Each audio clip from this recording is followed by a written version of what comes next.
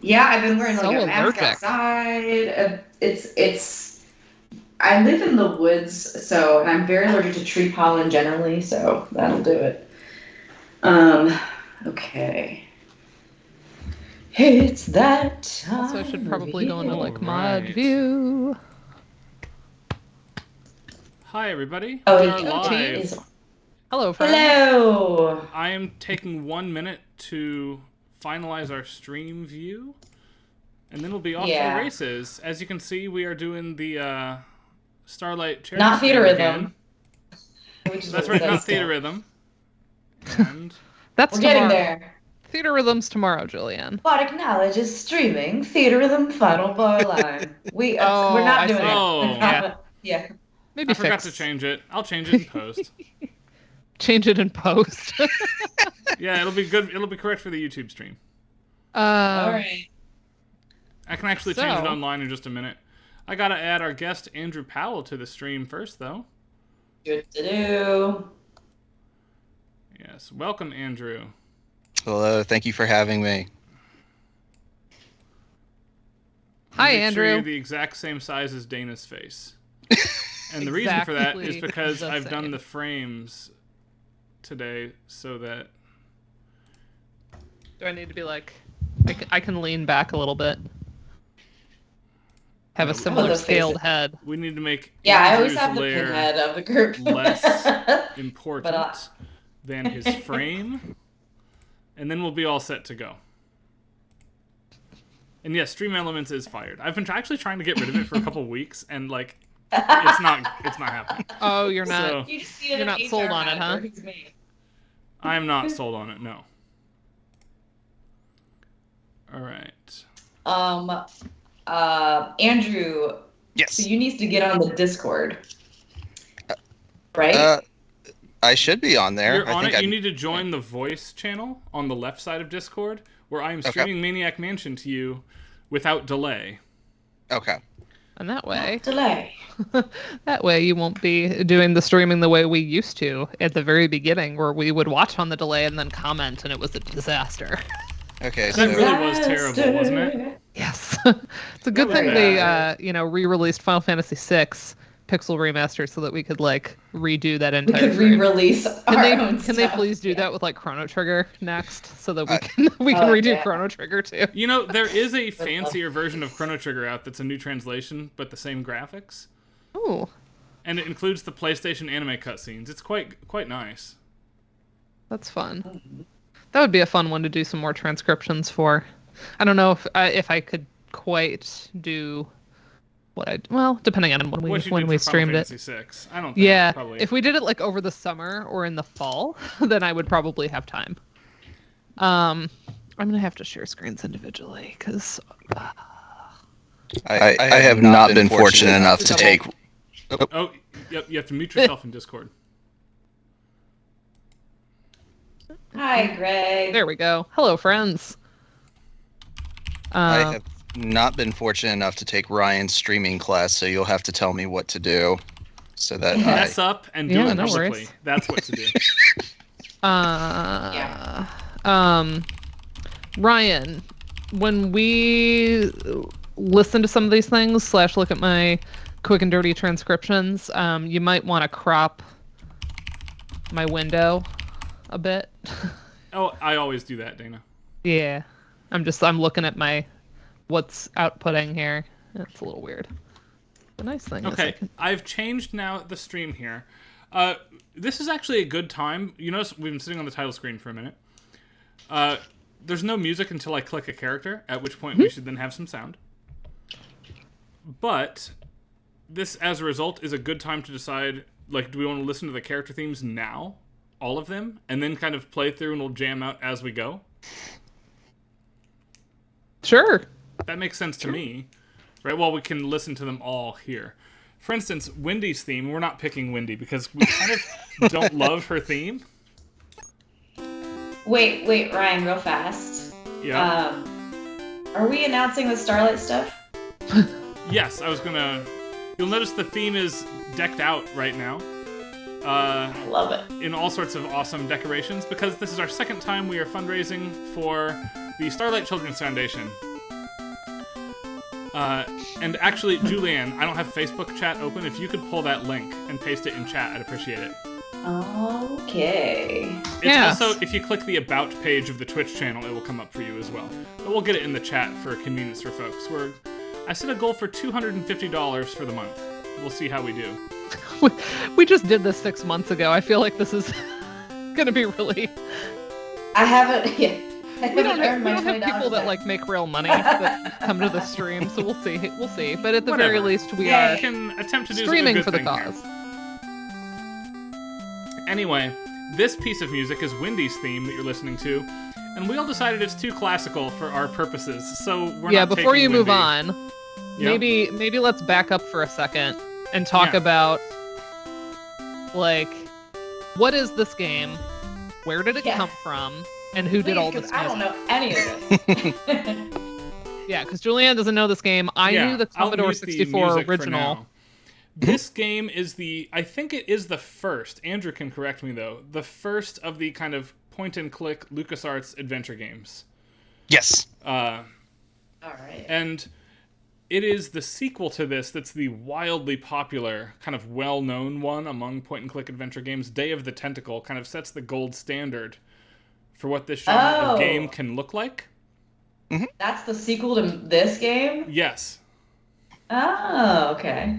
But this one is the first one, which makes it a fun thing to discuss, and it was released on the NES, which is not true of any of the other point-and-click LucasArts games.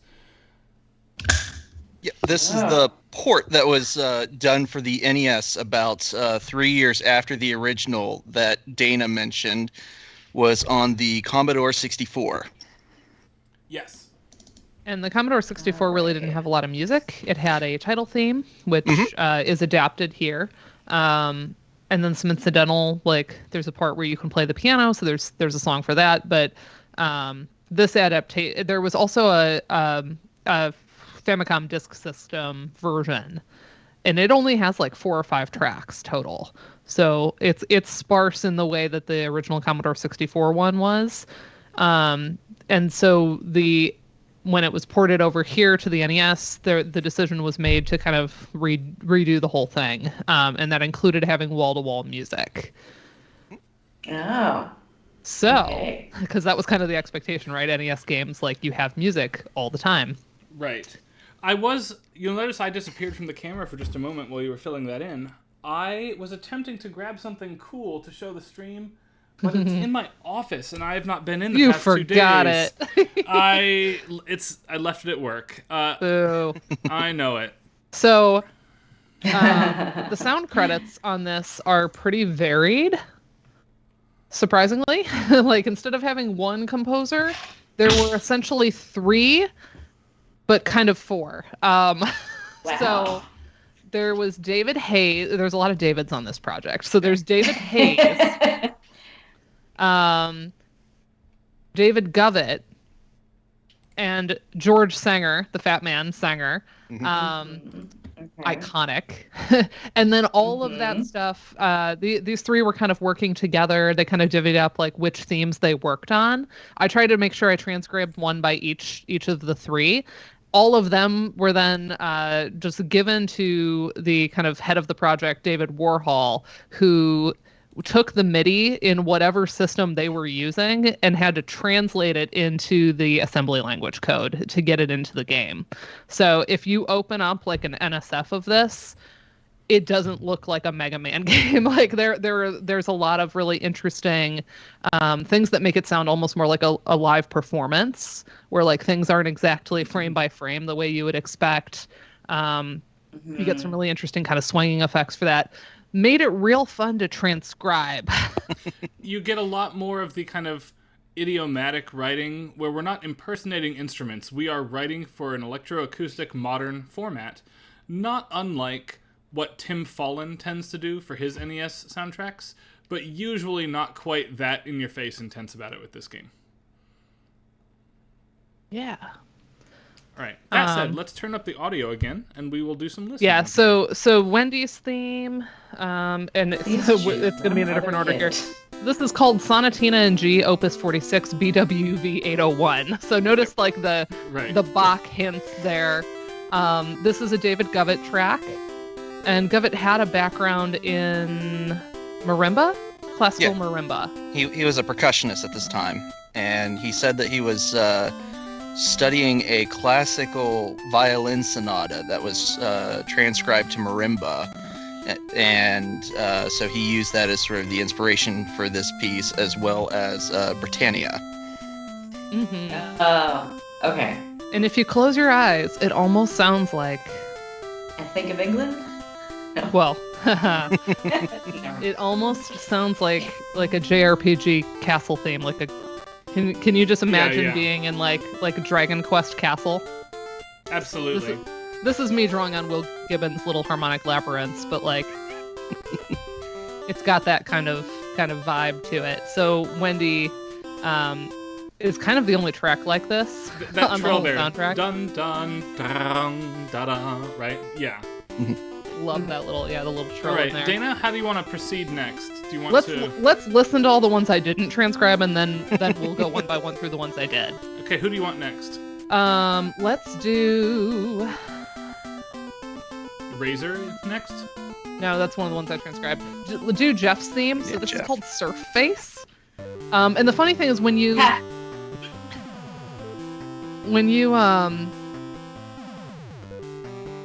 play as the different characters, they all have like a cassette player, like a Walkman, right? Or a CD player. I don't CD remember. player. Is it a CD player? That's pretty late 80s. These kids are rich. That's like money. Well, This it is is a Sanger theme. And so each of them have a title, like, and they also have like a fake band. So a lot of those are like give you a sense of kind of like what they're basing it on. So this one is called Surf Face by Goofy Feet. Yeah, I bumped it one for you, Jordan. By the way, let me know. Thank you.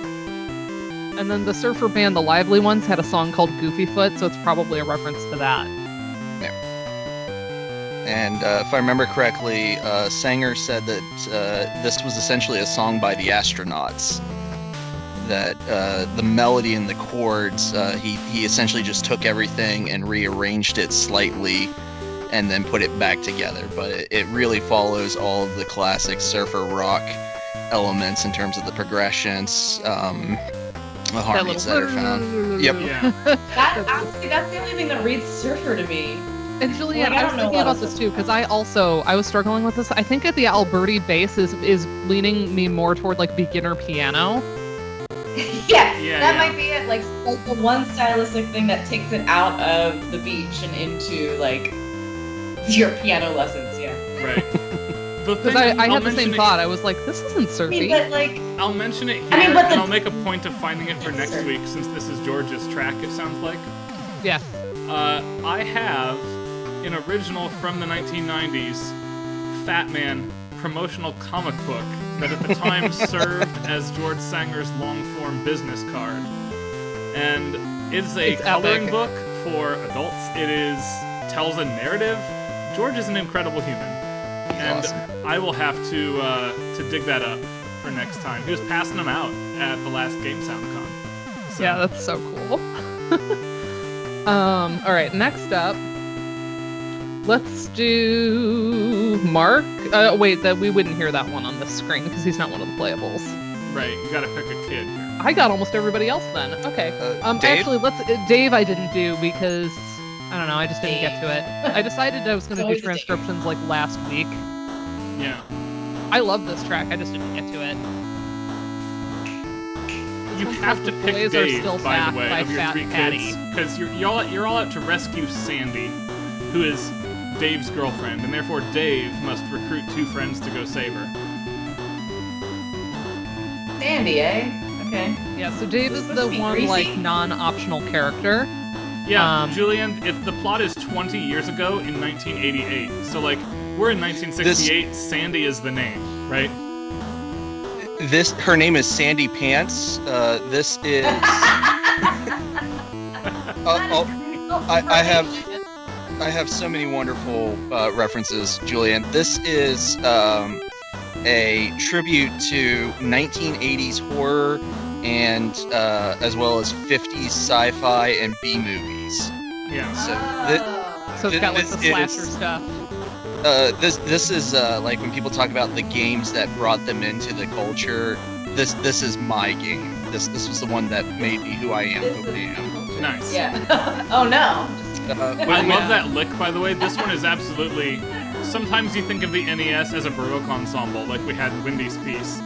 Other times, it's a guitar trio band setup, and that's what we've got here, right? So with this one, as Dana was mentioning, how it's a straight parody of "The Boys Are Back in Town" by Thin Lizzy. Yeah, Boys Are Still Back by Fat Patty. The chord progression is just from the chorus. All it does is it changes the last chord of that from, instead of being a major 2 to a lowered subtonic 7, and it's just that progression. You hear that constant noodling there, and I think it's Pulse Channel 2.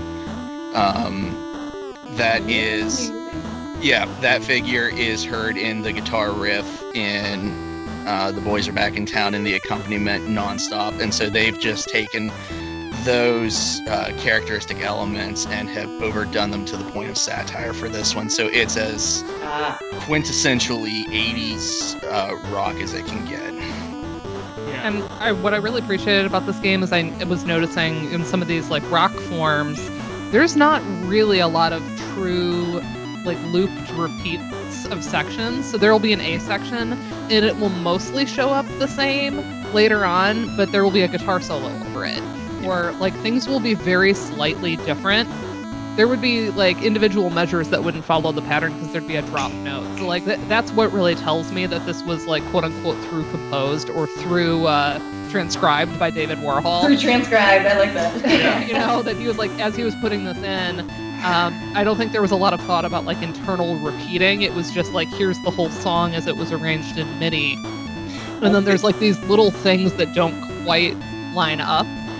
But also these guitar solo things are why I didn't have time to transcribe more than 5 themes from this game.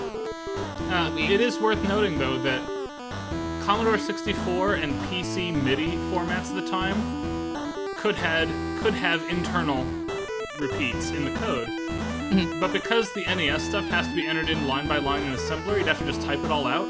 I strongly suspect you're right, that for technical reasons, they just typed it all in and added the solo on top. So this is an interesting question. So Karen has an article, I think, accepted in progress on Phazanadu, which we streamed at one point. And one thing she noticed were the appearance of what seemed to be these kind of internal repeats, like what Casey Collins would call the micro loops, right? Yeah. But the question became, what happens if it's only in one channel? Like, is the idea that that's getting looped to save space, but other stuff isn't? Like, trying to figure out, is that possible from a coding standpoint? And no one could give us a definitive answer. Like, talking to like the NES dev groups, like all these people, they're like, well, I've just never looked at the music. The only person that gave Karen kind of like a relative answer on this was Kevin Burke, who said, yeah, that's technically possible. It's just a question of whether the individual people working in assembly language, like, kind of thought to do it that way. You know what I mean? One of the things that was really peculiar, especially looking at this game, is when Warhol was programming the music, he didn't really rewrite the MIDI. He compressed it. And so rather than 3-byte material, he was using 1-byte material. And so he preserved everything that was written and then essentially just made it work with the material that he had, or the programming language that he had designed. So he didn't actually change anything except for like minor modifications along the way. So this could even be another one that we could look at from a different lens in that regard. In terms of what the NES is technically capable of doing, the person I would love to pin to the wall and ask, and I've not seen him in person since we had this conversation, it's been a few years for me, is one of these days I'm going to ask Jake Kaufman. I'll bet you that he would know the answer to this. I wish Jake would like stream Shovel Knight with us. I know we already streamed it, but like, can do an add-on campaign or the next game. We did stream the original Shovel Knight. We've not done the prequel, which is an all-new soundtrack. I don't think I was there for that. And I'm partial to the original because it was released on NSF, so like that's near and dear to my heart. Anyway, let's move on to one of the things I did transcribe. Yeah, do you want to share that in Discord? I'm gonna mute the NES for a minute while we figure out so I'm shared from a tech perspective. I'm hoping that I can just do audio overload and it will still play. Although I could play, but I have this like in strings. It doesn't sound quite right. Oh, if you can play the NSF for us, that's probably the best right now. That was my thought. Because I can also like isolate channels on some of the songs as I need to, and like do some things. So if hold I on play, 1 second. Let me get your thing up. My poor computer is it's like hating on me because of all the stuff that we've got going on right now.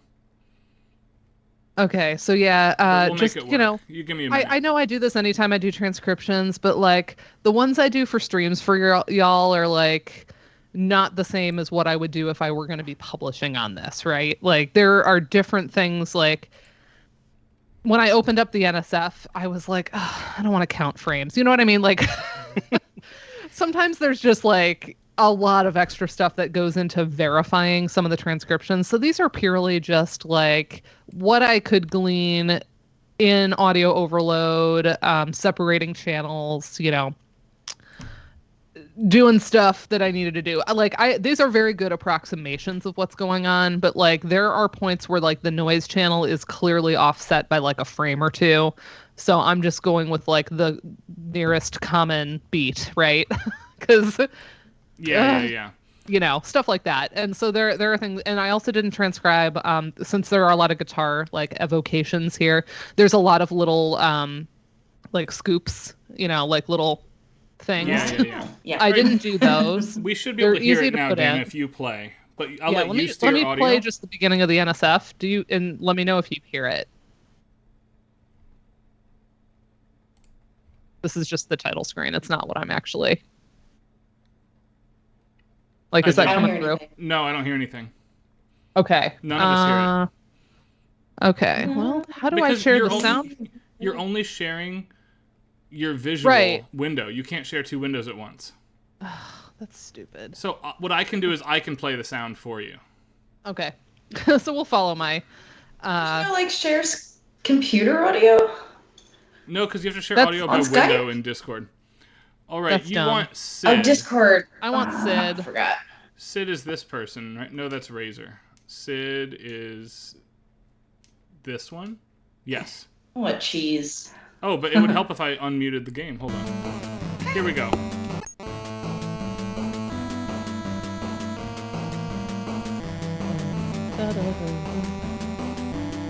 Oh, wait, I gotta watch the right.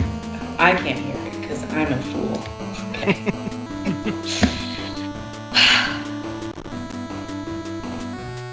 So now we get an A, but it's not an exact repeat. Especially in the melody.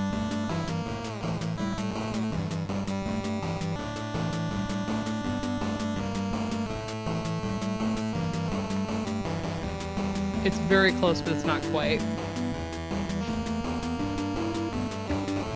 It's very dissonant compared to some of the others. It's very exotic.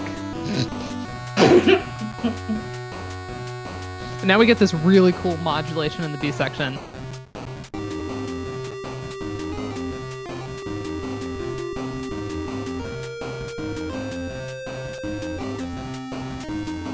This is so off kilter. Right?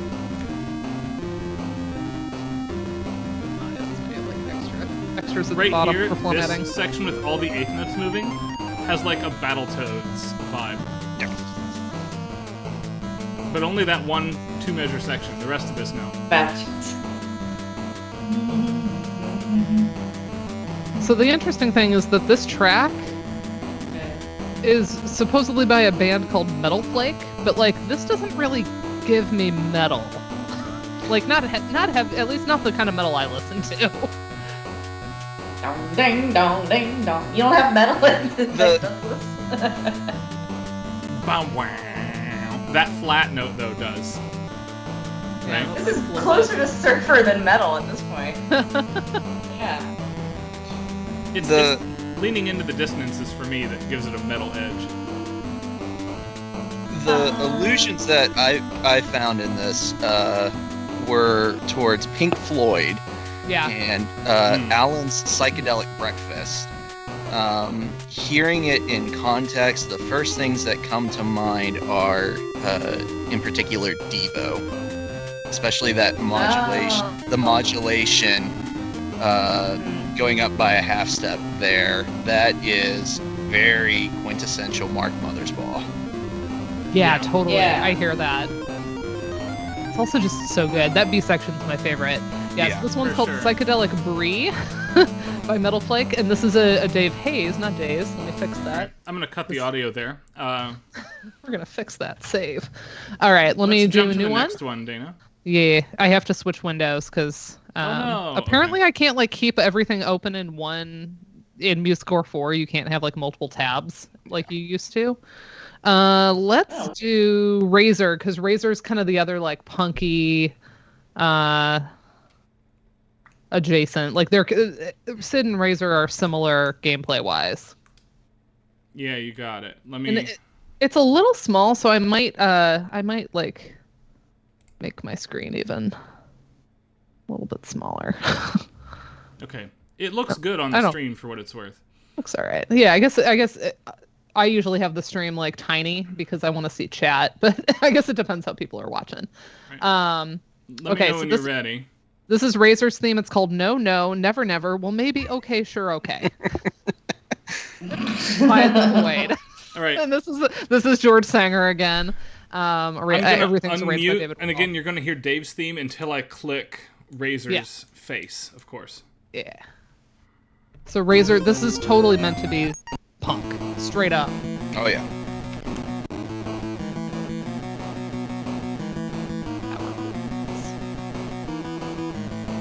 And now we get the shouted verse.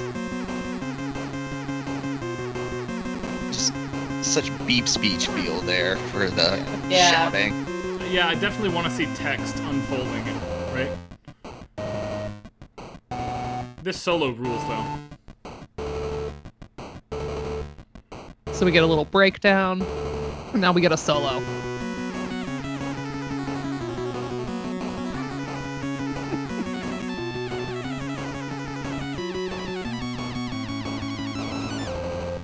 We get that kind of breakdown again.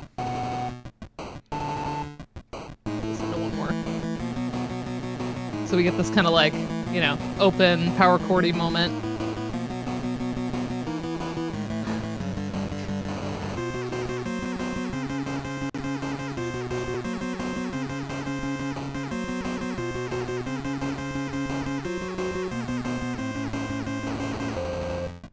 So if we're hearing this in like, I don't know, B minor, then having that C natural like really reads as like we're shouting. Yeah. Like Oh, yeah. we're not singing, right? And like the slight bends too. Yeah. Just checks all of the punk boxes. I like that your transcription is like, pulse channels don't go that high. That's red. Well, it's actually because I don't have full sound fonts yet for MuseScore 4. So Yeah. I had to pick an instrument. So I usually put it in strings because it's less grating to listen back. Right, so right. it's violin. It's telling me violin doesn't go that high, which is silly. It does, but I was gonna say. it's viola that has you know a harder time getting all the way up there. But Yeah. yeah, the red. But yeah, I chose. Greg noted I instead of doing like ABA, I heard this as like intro verse solo, very much. Oh yeah, no, I think popular song form is better than like trying to ascribe it.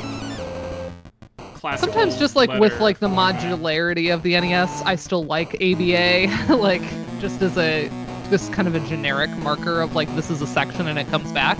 Like in the Sid one, I liked like having the A and the A prime to like denote like almost everything was the same, but the melody was different. These are a lot of these anyway are impersonating rock pieces so much that it makes sense to use that language. Yeah. Yeah.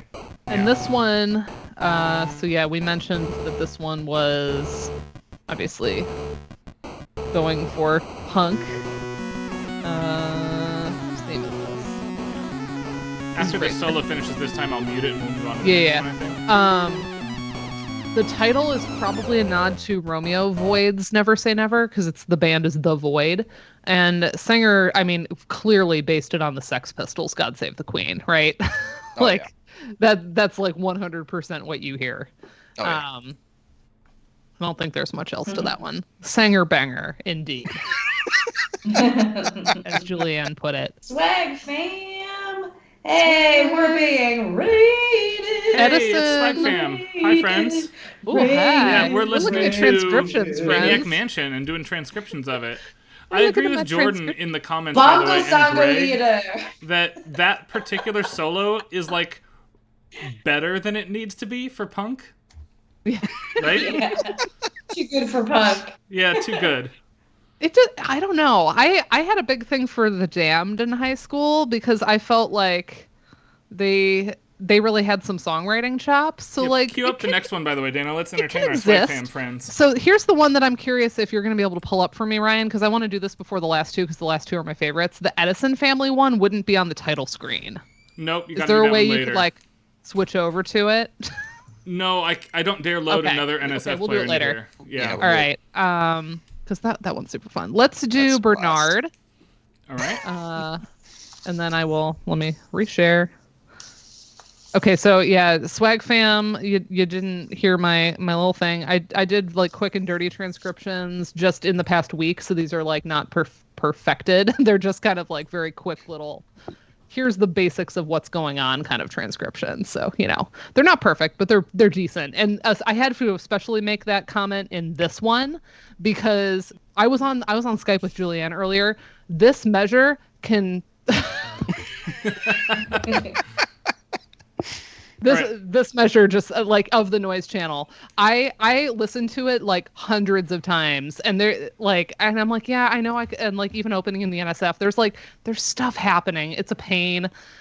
So this the is burden close. of being so good. All right, here we go. This is close. But so this one is very clearly new wave.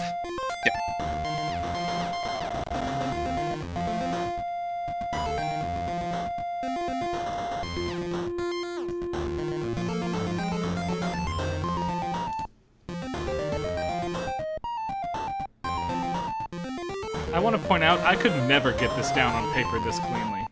This is wild. Like, well done, Dana. It was a pain.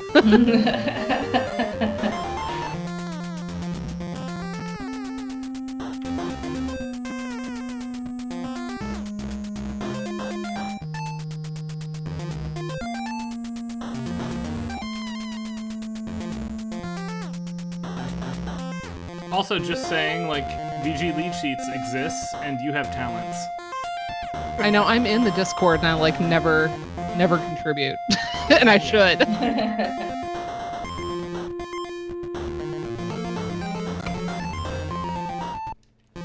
This one fits Bernard, though, because he's like the tech nerd of the team. And this one certainly draws heavily from two mid and late 80s films. One of them's Mannequin, and the end credits to Revenge of the Nerds. Totally. Yeah. A good bit of Newman, and I think it's Hayes, if I'm remembering correctly. LeMay, sorry, Sylvester LeMay. That's a weirdly musically formative movie for me. I do realize the subject matter is wildly inappropriate, both then and by 2023 standards. But the electric violin version of Thriller in that movie is amazing. Yeah, so like, what else on the same? So this one's called Compu Nerd by the Rocket Scientists. So like, very obvious. This is one of the Govett tracks. I wanted to make sure I did one of each composer on this one. And so yeah, the title's probably a nod to Devo's Girl You Want, which also uses the U instead of Y-O-U. Yep. Yeah, I love this one was very much my aesthetic of like the like nerdy 80s like blippy like new wavy synth. And this was even Govett when he was first learning MIDI technology. He even said that this was sort of like a student piece that he was always looking for a home for. So when he was contacted to do a piece for Maniac Mansion, he just found a home for it. So he just sent them the file as opposed to write something new. That's so wild because it's so good. Like I couldn't do this as a student piece. It is very good. All right, let's move on to the next one. I love this one. So yeah, Bernard, like there's definitely stuff. There was actually even some octave leaps in the triangle or the Pulse 2. That's the other thing in this game is this was a David Warhol kind of specific nerd point. He really liked using triangle for melody, which we know is not normally triangles used for bass because of the limited volume controls with that channel versus the Pulse channels. But he liked the timbre of it. So often the Pulse 2 is doing bass line, and then either Pulse 1 or triangle is doing melody. Yep. So, but I was going to say there were some things in Pulse 2, which was serving as our bass line, where there were like octave leaps, and I'm like, I'm not. I'm just going to get the outline of it. Goodbye. I finished that one today because I was just like, can I get like just a sketch of it for us? Yeah. The other game that does that is Fazanadu a bunch uses Pulse 2. Yes. As a bass line instead of... Yeah, we noted that. So it's not like it never happens. And those there were some interesting things in like Robin Hood Prince of Thieves that I looked at where like the triangle was being used melodically. So it's not like it never happens. It's just like the general heuristic is to use triangle for bass because you don't have as much control over the amplitude. Yep. So as Dominic has pointed out here. Yes. All right, and last is Michael's, right? Oh my gosh. So good. Michael's is my favorite. That's why I saved it. Yes. We'll do the Edison theme later, which has its own charms. But when we actually encounter it, we'll stop and listen to it. But Michael's theme, you may notice, is called Flashbulb Funk by Princess. So any guesses who this is supposed to sound like? Nice. All right, let's have a listen here. I'm going to unmute and I'll trigger the No, I theme don't know again. anything. This is one of the Haze tracks.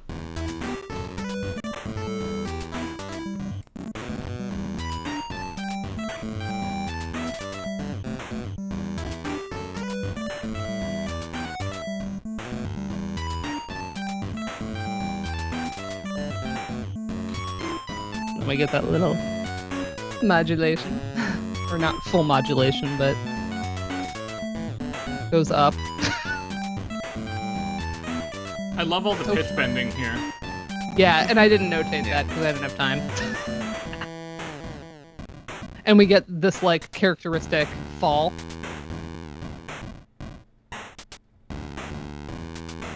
There's nothing subtle. I love the wiggle. Now we get a solo.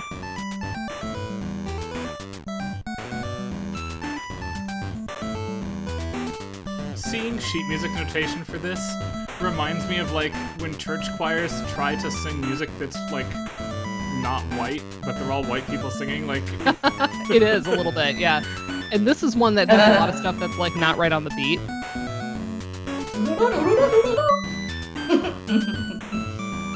Because I'm trying to imagine somebody playing this, looking at the sheet music and not just doing it by ear, you know?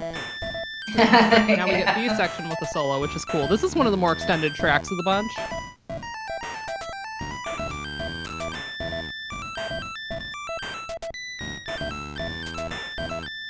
Oh, also, this is interesting. The triangle you might have just heard, bum, bum, ba-da.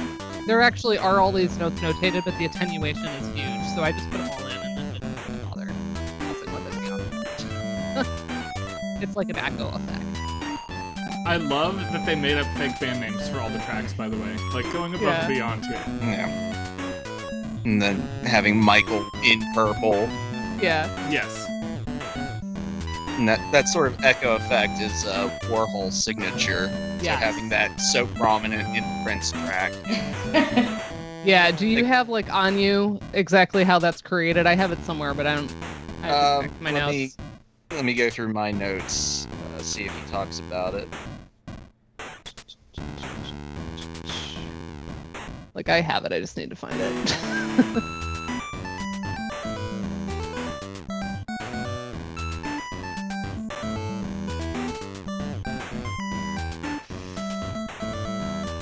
I mean, I know it comes from his specific 8-bit driver. Yeah.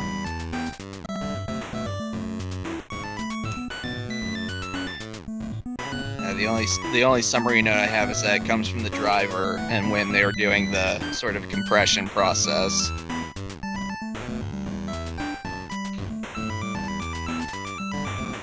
Returning to the chat, someday we will have Julianne sing the DK rap with Grant Kirkhope. I could die after that. That would be... I don't here it know is. Grant, though I have cussed him out to his cell phone before with somebody who did know him. That every time this guy has... some people in the chat will likely know who this is. But every time this person has pizza, he calls and he's like, "Look at this, you mother," on his cell phone. So we left him a message that cussed him out on his phone when we had pizza. Nice. He bought pizza for all my students at Okay, an so I Indiecade found- a few years ago. I found the Warhol signature. It's a combination of, and I had to look into this a little bit, but also like it was confirmed in a few interviews. It's a combination of volume decay with a hardware sweep pitch bend from the 2A03. So Thank you. it's a combo of two things. It's not just volume decay, and that's kind of what makes it the signature. Because obviously, like either one of those can get used to like do different effects.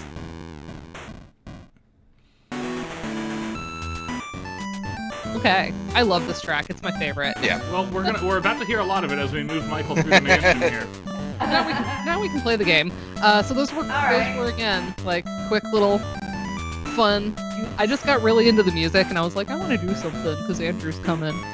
So we need Michael. I'm gonna take Bernard as a backup because Bernard can finish the game no matter how badly you mess up. As long as all three kids are alive, there's no fail state. That's actually not true for anybody else. For any other combination, you have to be like good. And that's not what this stream is historically about. But I will attempt Self-shade. I will attempt to follow Michael's walkthrough on the right side. Thank God for vertically oriented monitors, folks. Gosh, I love this track so much. I'll probably go in this and I clean can this listen one to up. forever. Yeah, I love it. Alright. Now, in I mean, theory, this one's good too. in theory, this game is not long to finish. I think it should take us about 40 minutes to finish the entire thing. And I'll bet if I would have practiced beforehand, Andrew can probably confirm this better. You can do this in probably 12 minutes, Andrew? Yes, Andrew. A good run could be anywhere from 12 to 20, depending on your character setup. Yes. So that's the thing, Chadley. There's two big... Here, let me mute my music so I can talk about it. I'm listening to it more loudly than usual to mix it the right way for you guys on stream. There are a couple alternate endings we will not see and cool things we will not get to see. If you take Sid or Razor, they can record a demo tape and like secure musical performing rights to motivate characters to help you out. We're not going to do that today. Similarly, Wendy, the writer, can get a publishing contract, which we probably should have done because we're the academics, so you don't need those things and don't have them. Except for Dana, who's a baller editor of like 2-3 projects right now. Just 2.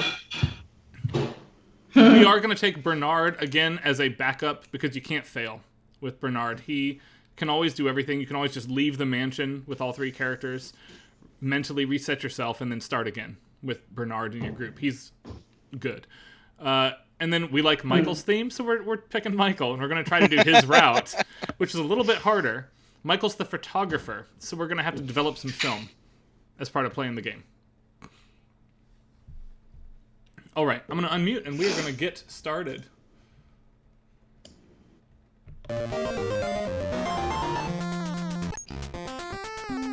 Start. Dun-dun.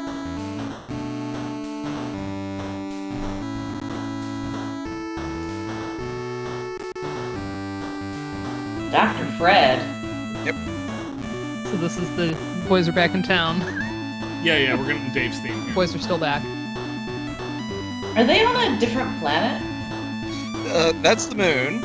They're actually at Skywalker Ranch, or a parody of Skywalker Ranch. Oh.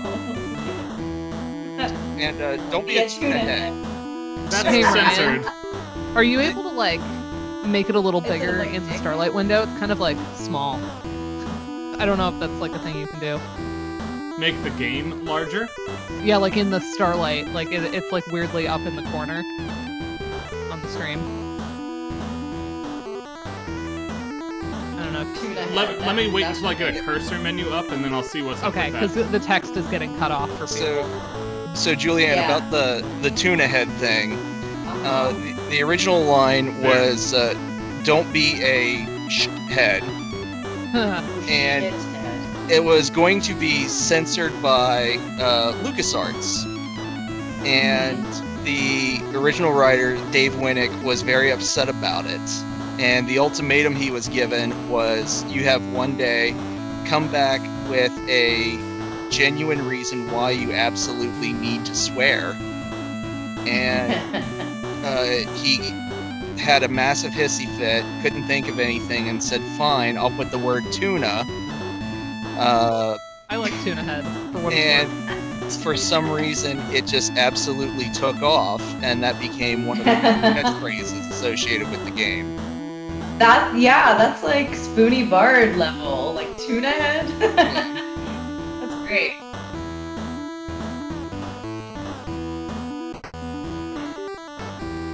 Right, we're actually going to leave Dave outside to retrieve a package that's going to come in the mail. Oh, fun. And we're going to send Bernard into the house instead. I moved the boundary up, Dana. I can't actually make the screen much larger because, like, I need my Yeah. verbs at the bottom, right? Yeah, it was just the top text was getting cut off. Yeah, On the I got stream. you. Yeah. And then in the original Commodore 64 version, this noise was all high-pitched crickets So before switching to a ticking clock and then the footsteps. before you go upstairs, those vases look like ghosts. they're They do. like weirdly glazed or something. Yeah, tuna head. Andrew called me a tuna head like in chat the other day. And was like, it's a game reference, I promise. I was like, it kind of reminds me like in German how you call people Tomatenkopf, tomato head. I will note that playing a point-and-click adventure game with NES controls is not optimal. No, we Yeah. had this problem with Deja Vu. Right, Well- right. It's like it's just clunky. Yes. We had this problem with deja vu. So are we having deja vu? Blame Have you scum. tried Ryan. the Power Glove? Yeah, that's what we really need to. I just love how there's a CD player. Like that feels so futuristic. And one of the things I found as a kid was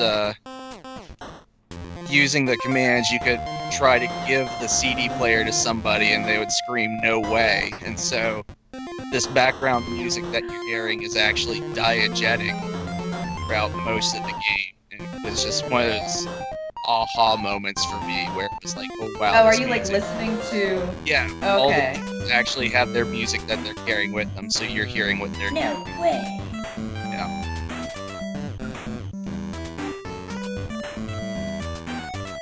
Yeah, there you go, Dominic. First played the game, didn't know what a CD player was. As I was saying at the top of the stream, they all have a custom CD player, like, in the late 80s. These kids were rich. Yeah. That's rich people stuff. Yeah, because the first CD player, like regular CD player, came out in '82. Cost current dollars $2,000. Whoa. So much money. So like a portable CD player. I don't even know. I guess that's that's This was the era when, like, having a car phone was, like, seen as, like, bougie rich stuff, right? that was yucky stuff. So as Brian was going through trying to get the light switch to turn on, that actually ties in with the creation of this interface. When they were trying to figure out how to make this game work, Ron Gilbert came up with the idea when he was visiting his cousin's house, and he played King's Quest, and they were really enjoying adventure games.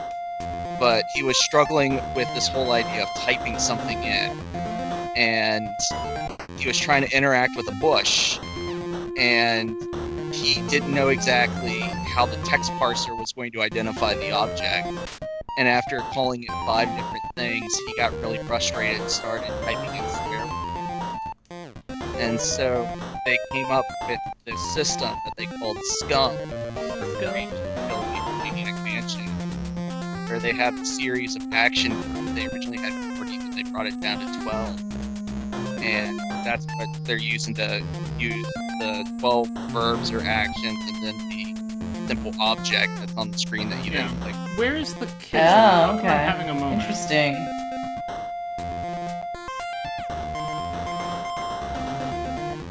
Like his little pocket protector.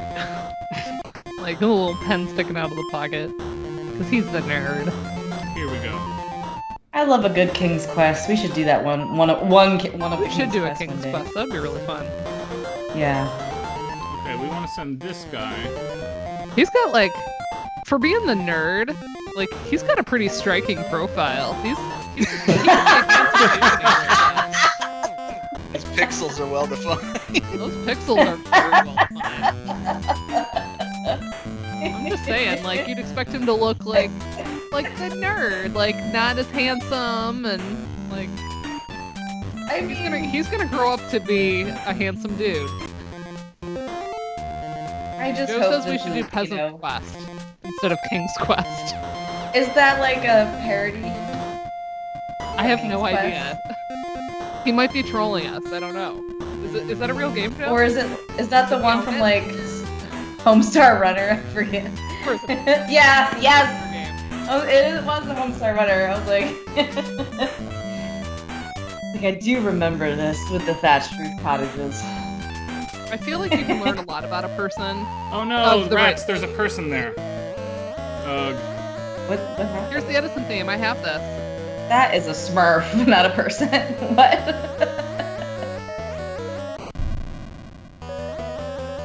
Throw, baby.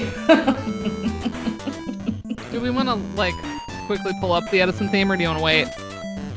I need Because that's the last one I have transcribed. to wait. I wasn't supposed to get caught with Michael there. Don't worry. Secret lab. Like Secret. And it's locked. You can't just CK. get out. R.I.T. It's very Egyptian. Yeah, I have the Edison theme, so we'll get there at some point. Maybe we'll Time to even break listen to outta it outside here. of the game. We'll have time.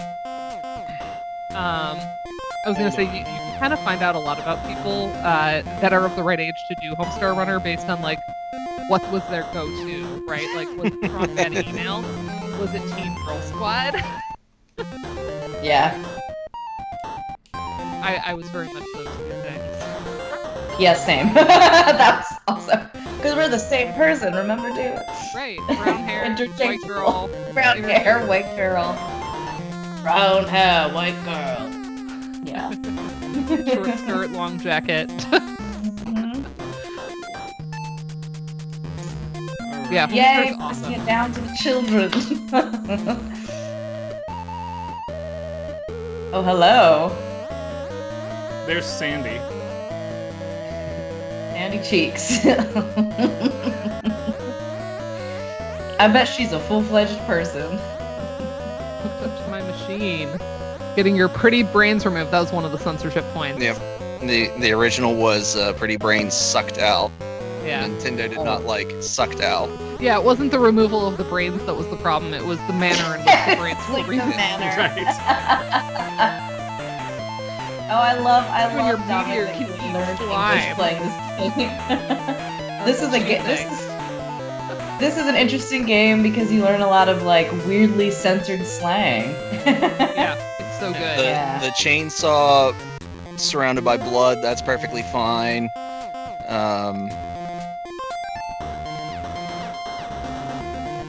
Yeah, there's a really classic. Maybe I should link it. There's a really classic blog post that kind of takes you through all of the censorship stuff by Douglas Crockford, who was on the team at LucasArts. And I guess Maniac Mansion was kind of slipping through the cracks since he was like brought in. Yeah, I think they actually had an issue where the first printing, the hamster situation, was not caught until somebody said, "Hey, we got away with it," and then once word got out that they got away with the hamster. Hey, Andrew, can you help me out? Where's the door on this side of the dungeon to go get the kid out of the dungeon? Oh, you asked me too quickly, Ryan. I was thinking about Ed's hamster.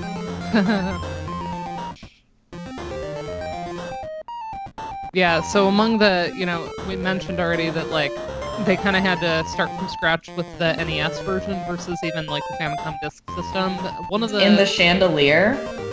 The dungeon is in the chandelier? What? I don't know. Is there a key? They had to change like all the graphics because the screen geometry for the NES. But they also had to do a lot of these like classic Nintendo censorship things. Like you can't directly mention killing, despite as Crockford mentions in his blog, he's like, how many video games are you killing things? But as long as you don't say you're killing. Like, you can't have textual references to killing. That's so interesting. Yeah, it's really... And he's like, how many times are you, like, deliberately killing in-game? It's There like a sense of should mechanic. be. So I missed what the hamster thing was. Yeah, Dominic, we're not going to win with Bernard. We're using Michael's route in theory. I just want to get Michael out of the dungeon.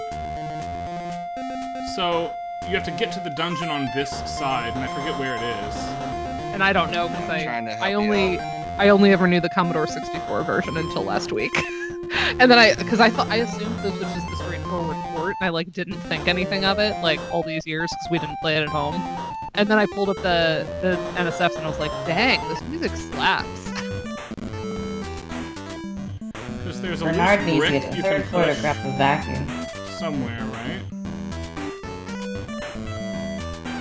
Bernard needs to get to the recording room. Bernard needs to get to the third floor to grab a vacuum tube. Michael's like socks and shoes You combo need is to a Michael get the key Jackson in the reference. glass chandelier. Oh, it's a late game The situation. dungeon is accessible through the left door in the cellar. Unlocked with the old rusty key. Yeah, I thought there was another way out earlier, like if you could push a brick somewhere. Yeah, there is a loose brick. You have to have 2 people in it. Oh. Oh, you have to have 2 people in the dungeon Just- to do it. Give up on this character, maybe. You need 2. No, oh, yeah. we need Michael. Right. Okay, give So up. you need 2 people in the dungeon, otherwise you can't do it. And we don't really want to do that. Okay, let's jump to Bernard's walkthrough and do that instead, I guess. That's why we got him.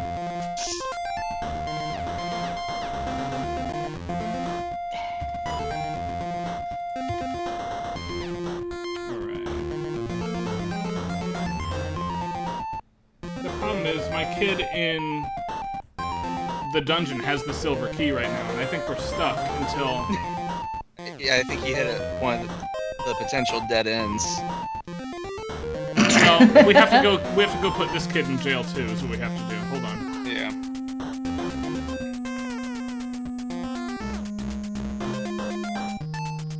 We should be able to open Nurse Edna's door. Cool. Right? And get put in jail. Is that a piano? Yep. Yes. It is. Play it. Yeah, this is the music Ludomusicology. Oh. Ooh, and a gramophone? A phonograph? Gramograph? Ludo music. Grandma-graph. Wait.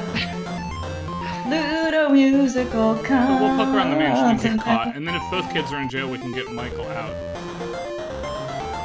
Way to not interact with anything that's cool, just for the sake of finishing the game. Sorry. I have never finished this game. I was actually very frustrated with it as a kid. It's because you didn't play the piano. The one chance you have is when Weird Ed goes to get his package, then if Bernard is on the way, he'll catch him. Yep, that's why I'm leaving Bernard right here for just a minute. Okay. Does he have like a red nose, like allergies? Like, is he relatable right now? Yes. He's also scared, so he may have been crying. And his nose been... Oh. Poor guy. I mean, also relatable. I relate to Bernard. Must be the weight of his glasses. Could be. Yeah, also Sometimes you get that. those marks, you know? When your glasses are heavy. Old-fashioned radio. Very much. It's no CD player. No, it's no CD player.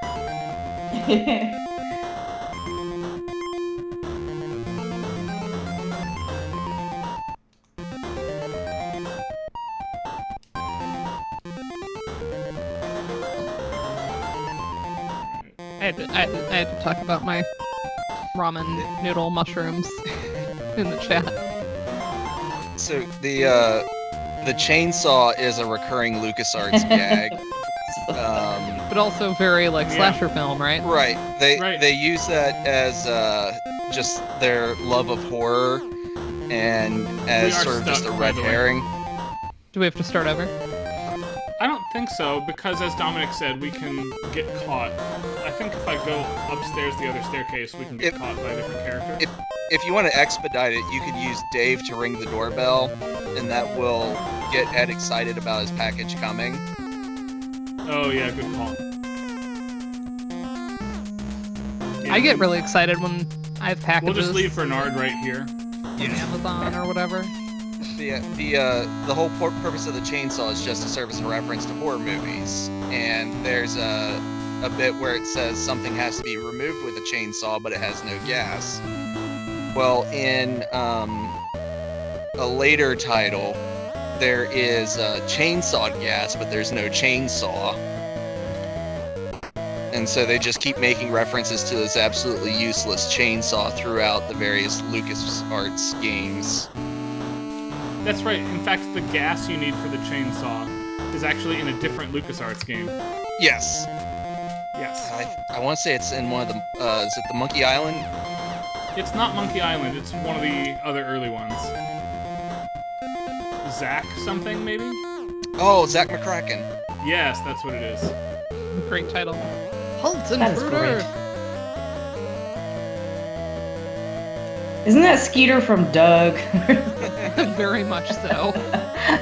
So the Edison family is a collection of various comics. The EC Comics, who published Tales from the Crypt, as well as Warren Publications, who were famous for Famous Monsters of Filmland, as well as Vampirella. How do you know he Alright. wasn't on your side? You didn't talk to Back to him. Michael's walkthrough. Now.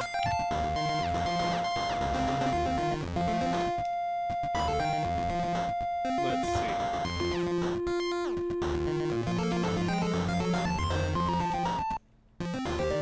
So, I'm so glad we picked these two. They're my two favorite themes.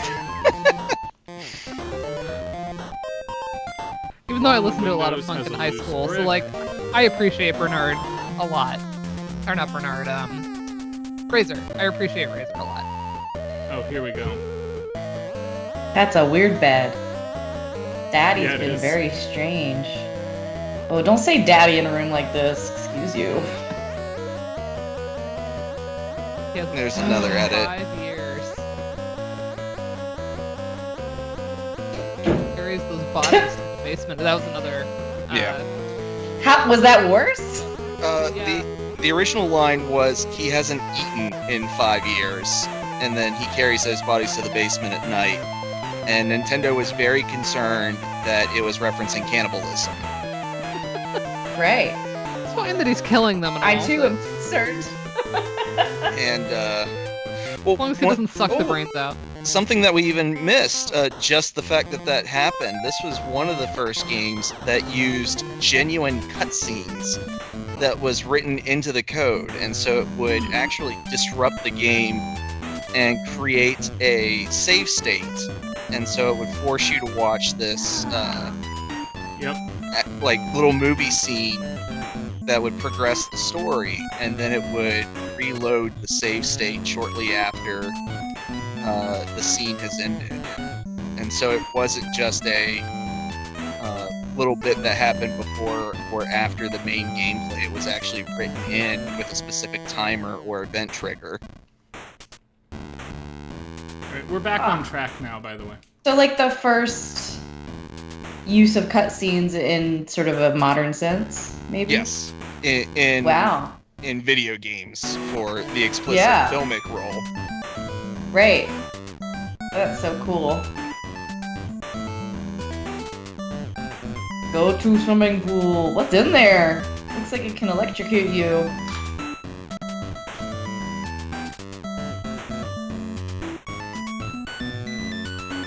Alright, it's really risky now, though, because we have to get the package.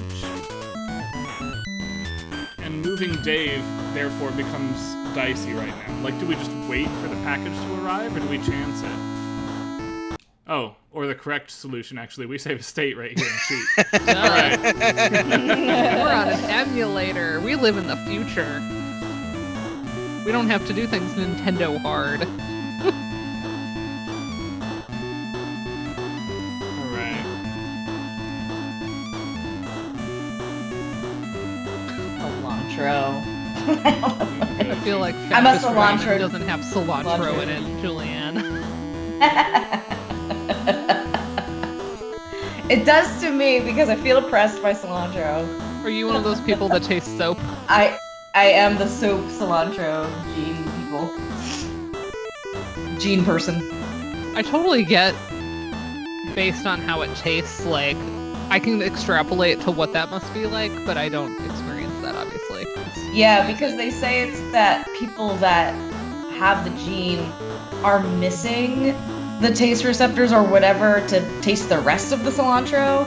So people that can taste the full thing can kind of extrapolate, like, oh yeah, there's like an undertone of maybe a kind of soapy bitterness, but that's all we get. So I'm missing out. So on the you fullness just of can't life. even, like, rock a Chipotle. At least not the No. rice. No, yeah, because they just have it in there, so I can't really like. And it, like, ruins, yeah. My stand partner in grad school had the same problem. We'd go to Chipotle Yeah. and she'd have to, like, only get beans, and they'd look at her like, what's wrong with you? She's like, Just beans. I know. I understand. oh, the Laurel Yanny, or like the what Laurel color is the Yanny. dress? It's White. blue and black, everybody. Oh. I was white and gold. That's so I funny. can't believe that. Like, it still shocks me. I know that was one of the things. It's like I know this exists, but this particular example is shocking. Like, I understand the science behind it. Oh, look, it's tentacle. Hello. Hello. For drinks. Hey, for the This tentacle. I mean, this not is pretty. 100% Little Shop of Horrors. Audrey, yeah. Oh, Yep. yeah. Tip.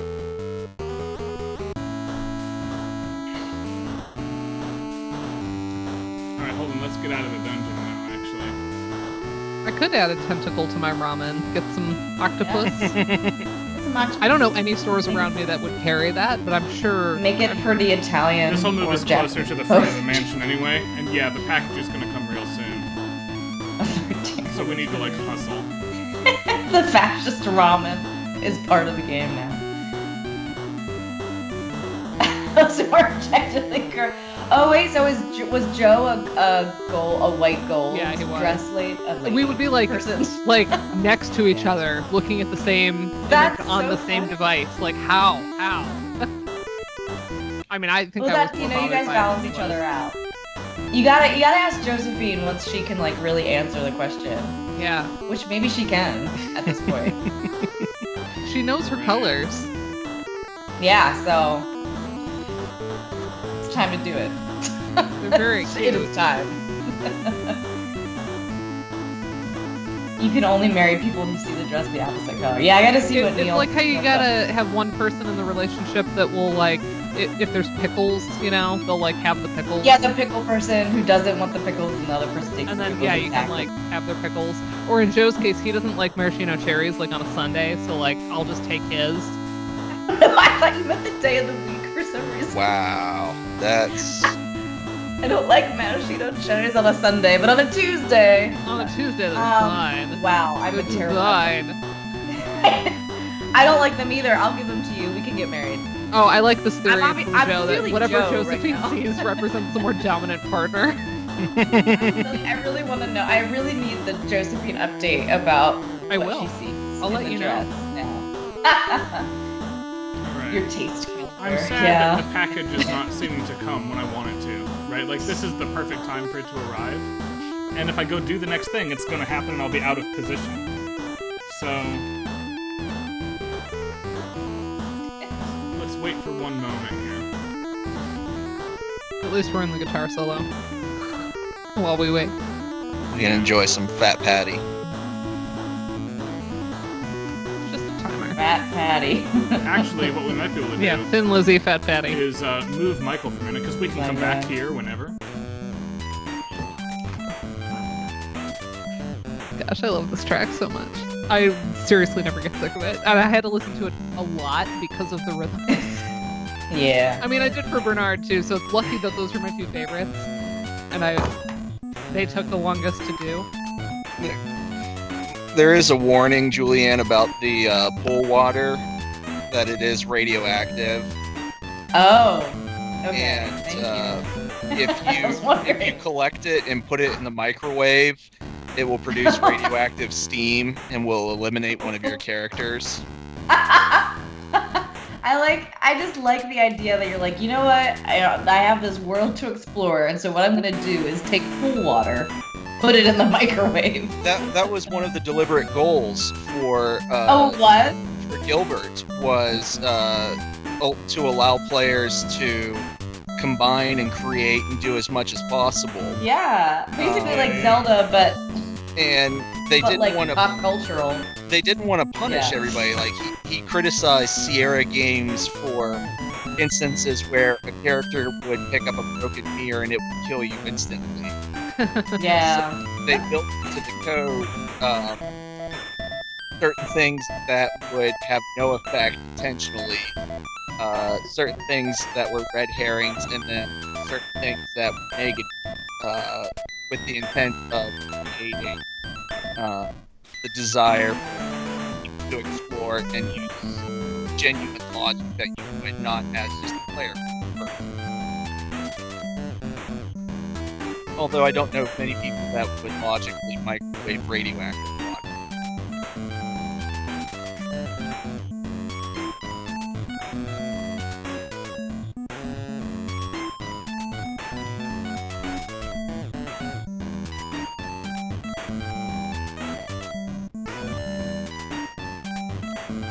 That's the broken record. We don't want that. Go to the upstairs hallway. That's what my husband says I am. Wah wah.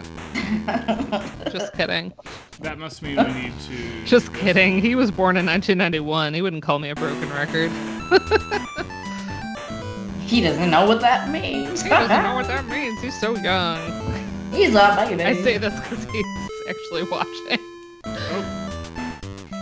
Ding dong, someone's here. There's the...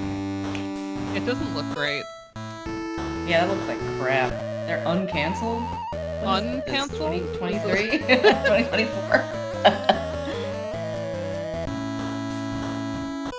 Cancel culture. Oh no. Oh my Black god! Blue.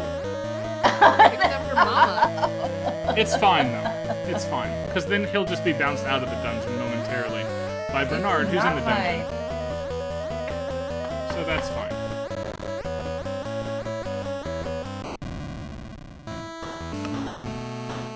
Never fear, Brick Pusher is still there. Correct. Brook Pusher. Good name. Alright. We need... switch to Bernard, who's just going to be the Brick Pusher. This is his goal. I love how you made it like semi-actual scientific to just make sure she already had like a basis for knowing the colors. What if she really thought it was gold? Joe is What if not she about has, like- pseudoscience. Well, the thing is, when she's encountered like goldfish, like in books, they're orange. So Yeah. it's possible that like gold to her is more of an orange color. Upstairs hallway. It stopped being pushed, which means Bernard has been pushing it the whole time. It's true. It is true.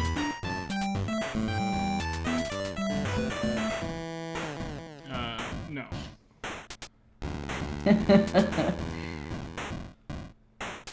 Yeah, there's a lot of like things we joked about, like experimenting on our child just to like be curious about like how she learns things or doesn't learn things. Like if you taught her that like the sky, like the name for the color of the sky was pink or something. Yeah. Let's find out.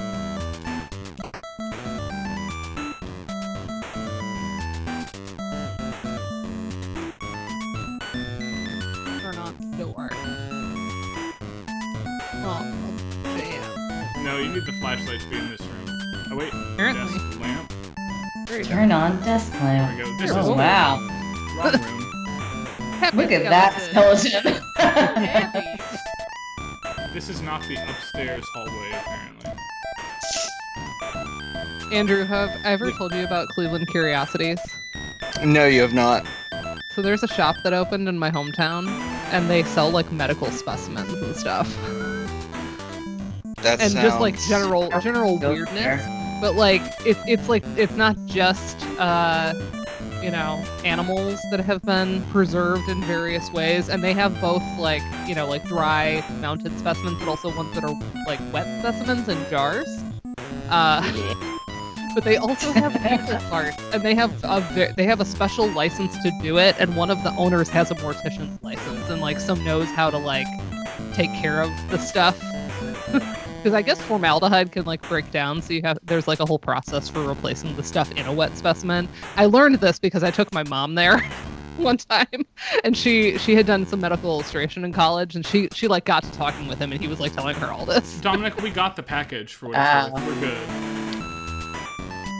I feel like that would be This first one is Ed's room, though, a right? place We need to, like, that I would summon him greatly away. enjoy. I was gonna say, no. whenever you're in Cleveland and we have a spare bedroom, come stay. Here it is. That'll be one of the places that we go for sure, because it's cool. I am a You just kind of Tour. gotta know what you're getting into. They do keep some things like kind of in a back room that are maybe too upsetting for people. But So the tentacle wants to start a band? if you're I interested, guess, they show yeah. We just need the record. Yes, We're gonna get the key. The tentacle wants to start a band. The band that the tentacle wants to start, if I can pull up my information. Sid and Razor can make a demo tape on behalf of the band, but we don't have Yes. that. Well, the band name actually changes between games, which is why I'm What's okay?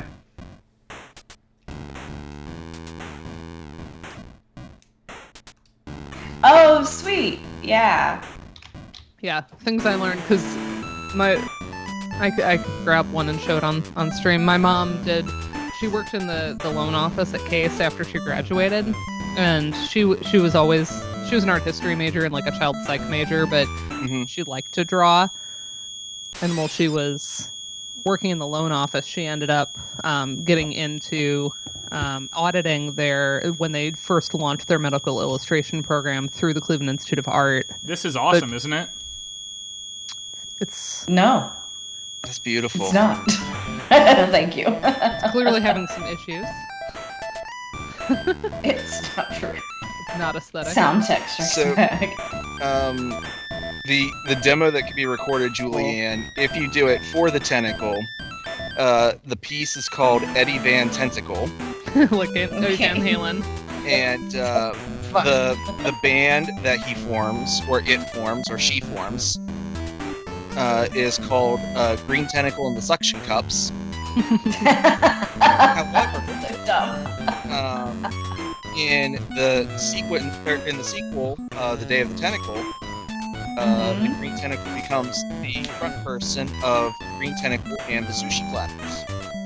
Oh.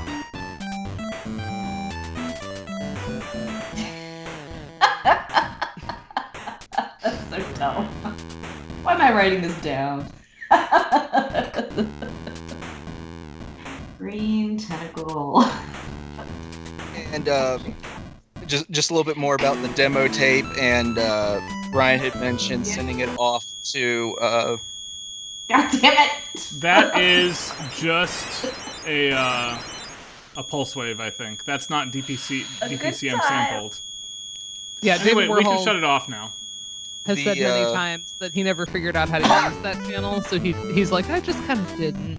And he was He just like really gamified great it. at modulating channels like across each other and like doing all this kind of nerdy code stuff, but he had his own workarounds. the person that you send the demo to, or you send the memoir to.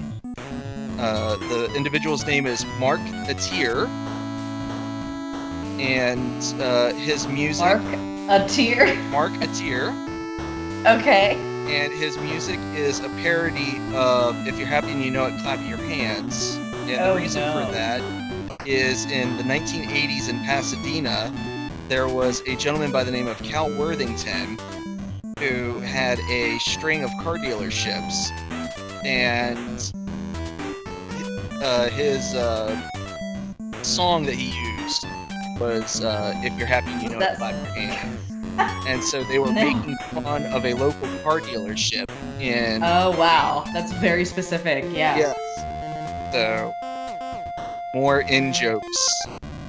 Yeah. They're just, like, having a good time with themselves. Yeah. And you know what? I appreciate it. Wow.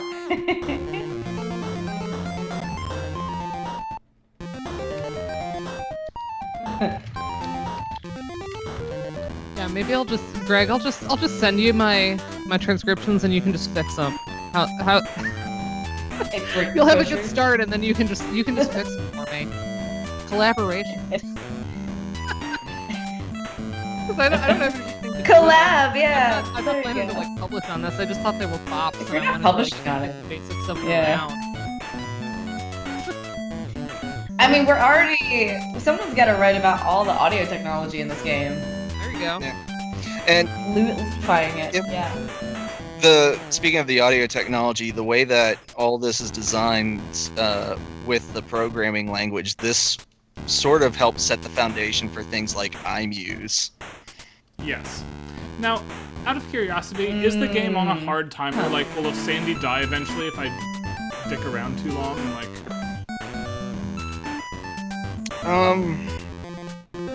I don't remember off the top of my head. I want to say it does have a hard timer, but I can't remember for certain. Especially because it has certain triggers for cutscenes. Yeah. I'll see if I can find that for you. Collab. About tentacle.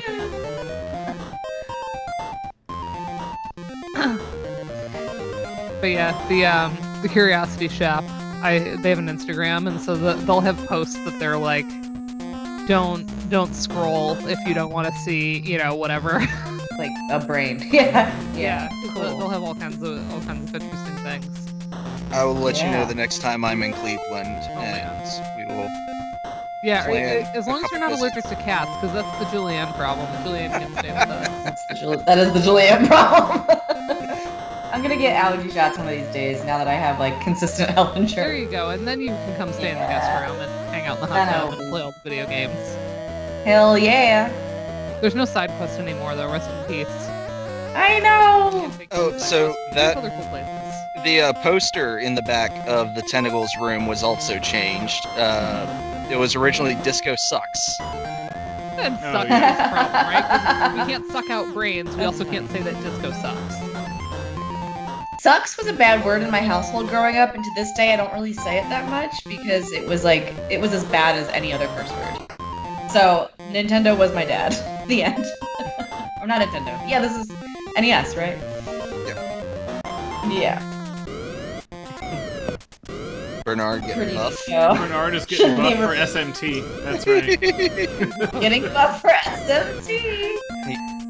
He can now Or open the MTS. door. It's happening now. Yeah. Is that supposed to be similar to the room I'm in now? I mean, Looking I'm at in. his profile. This room also had censorship. Yeah. Behind the shower What are curtain. those posters that look like carbon molecules or something? So, in the Or shower, the spores?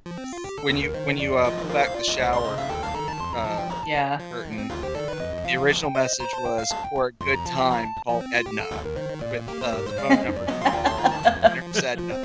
Edna the nurse. And it was Right. an actual clue because you would have to call her and she would give you information about the rest of the day. Like in your real life or in the game? In the game, there's a phone. Yeah, there's Oh, a phone. okay. You call Nurse Edna and she helps you. But of course, they had to take Yeah. out for a good time. Yeah, they had to think about that because they Yeah. were like, you actually do have to use that number at some point. Yeah. Huh. Yeah, we're actually going to take the sponge to Michael right now, so we're all going to be out at the swimming pool for a minute. Bernard definitely has like Clark Kent vibes with glasses. Well, now he's buff, right? So, Yeah. Mhm. Now that he's buff. It's true. He's ready to go to SMT in Denver. Yeah, he is ready for SMT. Ready for yes, he Denver. is. Which, like, you know, the elevation, the altitude, you need to get ready for that, right? I don't know. I've never been to any place in Colorado or like the West, really. I took Jeez. one of the like major debuts of Joe to my Buffnard. extended family was my cousin got married in Denver Yeah. in 2017. Oh my gosh, you kids are stupid. Hold on. It have been 2017. And That's right. I Rick bought him a pushed plane him ticket and over. brought him along. So Joe got to go to my cousin's wedding with me, and the family got cool. to meet him. Or so- Wait, Ryan, you said you changed it when it say theater. Oh, you said you changed it in post. It says Maniac yeah, I Mansion. changed it originally, but you're right. It is the worst level of theater rhythm ever. Don't you dare slander Michael and Bernard's theme, Sigma Beta. I'll come after you. I'm Those are the two best themes in the game. Theater rhythmize these, yeah. We I can would play use the theater rhythm of these. sponge on. Where's the spill?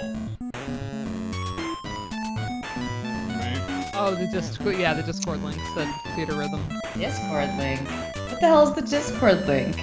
I don't even know what that is. Oh, Ryan's been posting. You know how there's like a stream channel in our FF14 Discord? Like where you can list that you're streaming? Yes. Yes. Julianne's like, no, I did not know that. They reorganized recently. So I don't even play the game very often, and I'm still in our Discord. You know that. I'm going in. I'm going Yeah, in. so like the streams get they get automatically posted. Okay, so you don't have to be like, oh hey, can I get added to that list so my Kudo posts can go up there? Y'all can hear Julianne and I talk about theater rhythm tomorrow. Oh, hold on. Oh, I have that whole section muted. And like, Way to go, Julianne. I love everybody though. Okay. I'll talk to Bruno. All the way Yeah, down get the the keto outside going. of the mansion. I'm there tomorrow. Hey. I thought we don't talk about Bruno, but we can talk to Bruno. We Alright. can talk Right. to Bruno. We can talk to Bruno, Through just not Bruno. about. Around Bruno. Pick your. No wonder you haven't been coming to my streams, Hogs. Yeah, you gotta unmute that section of the Discord. Also, because I really it's don't both want- of your spring break I find it next kind of week, helpful. Y'all gotta play. I know I have to do Shadowbringers. Yeah, call me Hogs or Hogs. Yeah, Hogs is fine. It's like Jules. People call me that too. Oh, Jules is cute. I know. I only ever got Tenacious D. I mean, that's great. Dana's already a short enough name. There's like not much you can do to it. Yeah, they're like I have Danes. exactly They would call you one Great friend who calls Dane. me Dane. There you go. Rachel is the only one that's allowed to do that because from anybody else I'd hate it, but I don't mind it from her. Yeah, there's certain names. It's like you're good, but like Oh, another group of people. No, thank you. other way. Yes, Hoax is great. Anyone can call me Hoax, honestly. That's an open name, open nickname. Andrew, do you have any fun nicknames from your past? I had an English teacher decide to call me Drew. I had never been called Drew before Weird. in my life, and I didn't know that to me. And so she stared at me for literally an entire minute, and I was just sitting there going, "What the expletive deleted is Drew?" And she was just waiting for me to respond. We're going, "Oh, you're actually talking to me." So apparently Drew that I did in my head.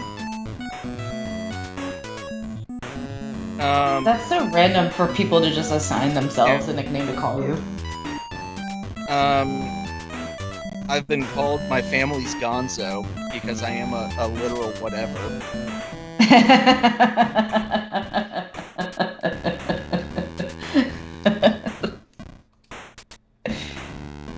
I wish that was a joke, but that's... Yeah, my family never nicknamed me. In elementary school, Zach Calamonte, I wonder whatever happened to him. He called me Dana Walk the Plank, which is probably like an obvious go-to, right? Yeah. But like, that's a lot of effort for a nickname because it's not shorter. It's a lot longer. Yeah. Alright, Michael's gonna have to do some work now. Yeah. Work it. And we're gonna have to save a state so I don't blow up the house as well. You know, occupational hazard. It is right now. Break down the house, indeed.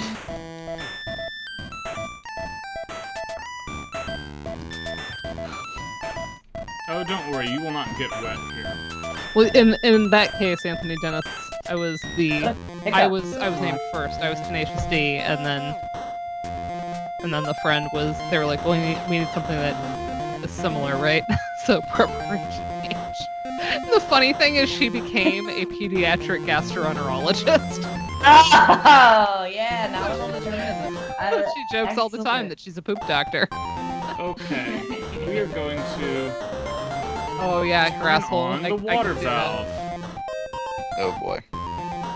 And did Herbie can't Otherwise, you missed my transcriptions.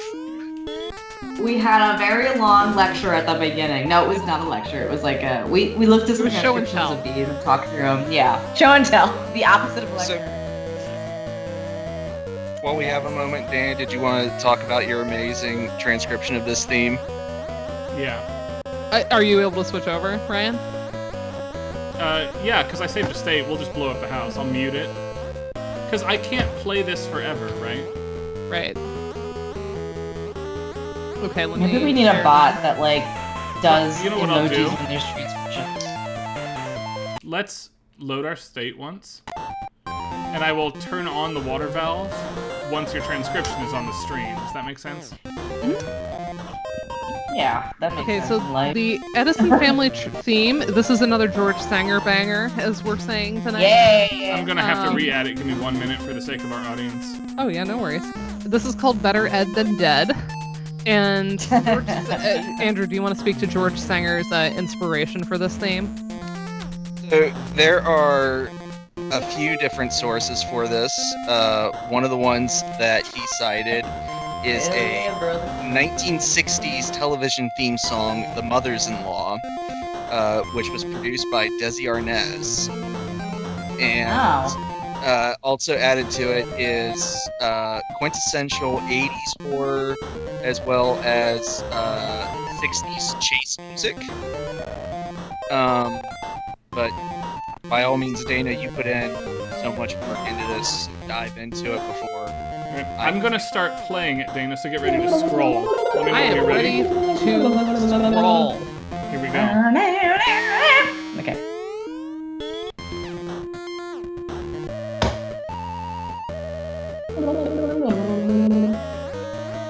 It gives me very like Addams Family Monsters kind of vibe. Oh yeah. Yeah.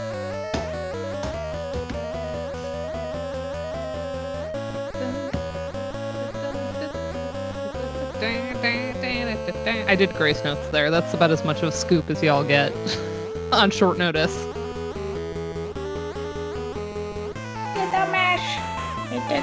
Monster Mash.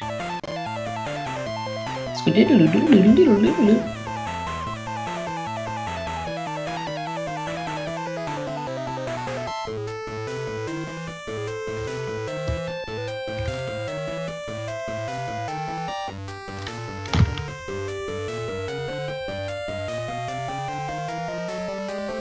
Love that little like delay and triangle off of the pulse. So that moment there, I think it was measure 19 of Jaina's transcription, and this really made me mad.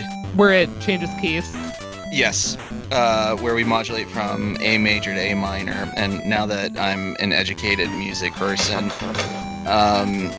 hearing it and adding a new layer of satire just infuriated me. Infuriated. It infuriated me because I sent Dana a message. You'll want to take mine off, Ryan, by the way. I just did, yeah. Yeah. So now I've just saved a state. We're going to blow up the house, and then we're going to reload and not do that. Yeah, let's let Andrew finish, but yeah. Yeah, go ahead, Andrew, and then I'll... Of how mad I was at this, there is a wonderful parody of Mozart's Rondo alla Turca, the Turkish military march, and it's referencing all of the military obsession present in their son, who's waiting for his military commando package, dressed in military fatigues. And wow, I'm so mad that happened. You're mad that you caught the reference, like that reference many now. years later. Yeah, some years later. Yeah, it was funny. So we started a group chat with Andrew for behind the scenes coordinating the stream purposes, and as I got some of these finished, I was sending. This was the first one I finished actually, and I sent it off, and then I got the message like I never saw it until seeing it on the page. There is something about translating it that you kind of hear it differently, which is one of the reasons I do it. And then the house and everyone within a 5-mile radius explodes. The end. I sent everyone a message. Oh, I'm I sorry. love how excited the music is for this. I'm sorry. This is the main track, just re-orchestrated a little bit. The game It's, is over. a reminder of You lose. Cocaine Bear. And, Oh yeah, we're the supposed to Edison remind you track. about Cocaine Bear. Within that section, the very, very fast oscillating gesture, that 4-note, Yeah. that figure is used from 50s and 60s B-movie horror to create moments of tension.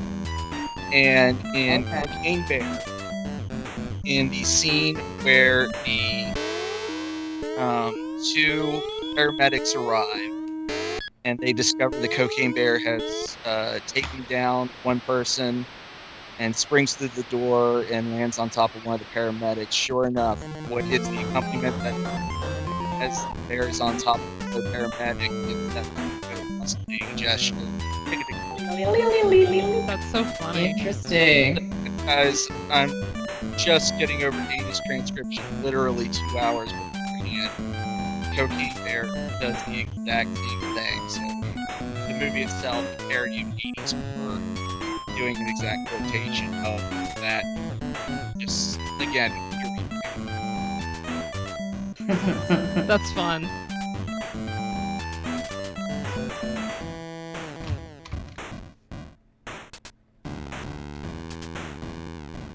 Yeah, so despite all my disclaimers, which I make out of necessity, I am actually I enjoyed the process of just trying to get stuff down very quickly and just okay, how much can I capture given all the other stuff I'm trying to do right now in my life? Because it does make me listen differently, it makes me hear differently, and I appreciate different things, getting to kind of see it on the page. So I'm always glad when folks have the same thought. This is why I do it. and then just oscillating back and forth between 1 and subtonic 7 again, that straight 60s, almost surf rock progression in both instances. It's as as characteristic, if not outright schlocky, as it could get.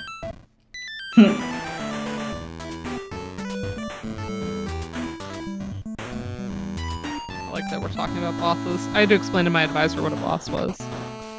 Me too. I was like putting a glossary. Yeah, because we both had advisors that weren't like gamers. But just very supportive. Very They're like, I don't know what you're talking great about, but editor. good. Like really good at just like getting my prose into good shape. But there were moments like and I was actually telling Jen about this in an Instagram DM. We were talking about just like the idea of having to sometimes translate things to your committee in ways that are surprising to you. Yeah.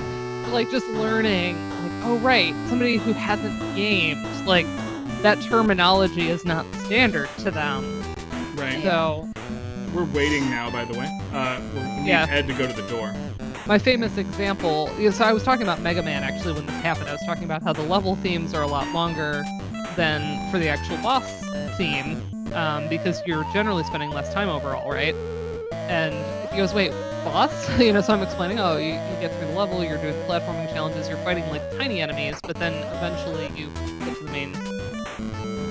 get to the end and you fight like a bigger one, and then you move on to the next stage, and he's like, oh, like an adversary. I'm like, yeah. If I remember correctly, I think one of the ways you can actually kill a character is by ringing the doorbell so much that it infuriates Ed, and he threatens to kill you if you do it again, and then if you do it again, he will. Yes, you can only do that so many times. That's correct. Hot dog dissertation. And there was a something with Nurse Edna, with this whole character dying. That was they were very frustrated dealing with NOA about censorship and this whole idea of can't kill, but they have so many games where you slash, or Mario where you kill toadstools and Koopas indiscriminately. So they wanted to put a line in for Nurse Edna, where the line is, I want to kill you, but I think killing is wrong. And that line would have been censored because it gave her a moral position that would have been deemed on the spectrum of religion. And because of that, that line would have been censored, even though they're allowed to kill characters in the game. We need to go get the yellow key from, I think Bernard actually has it right now. Little green guy in Final Fantasy. Who's the little green guy in Final Fantasy? Like with the... Like the imp? Like, was there like a little imp guy? I don't know. We're trying to, like, is there a small boss that's not small, like, to be funny? Is it really a little green guy that's like an imp, or is it kind of like that Tonberry or pig, Cactar are both green, yeah. pig situation that's kind of a person but you think is a pig? It's literally, it's like a main character, and I'm like, that's just a pig with a fancy bow. Tonberry. Was it a boss? I think Final Fantasy VIII. Maybe it was a boss. Tonberry or Tunberry. We were talking about this last week. Tunberry. Ton or Ton. Tonberry becomes a GF after you kill 20 Tonberries at My Blue Heaven. Yes, my Tonberry girlfriend. Yeah. Bullet sponges. Is it a green guy who walks slowly? Yes, very Tonberry. Well, I mean, like, the imp is typically green with a crown. Tonberry is green with a little shawl and a little lamp and a little knife. I should have tied you to my bed. Jesus Christ. Edna is wild. She was very much a nymphomaniac in the first iteration of the game. And Nintendo kind of said, "Ooh." Yikes! Like, in a little rapey, I guess. Jesus. I mean, Revenge of the Nurses instead of Revenge of the Nerds. Oh, God. You're Lucky You Want a Boy was one of them. Jesus. On the phone call, there's no heavy breathing. Let me show you how to do it.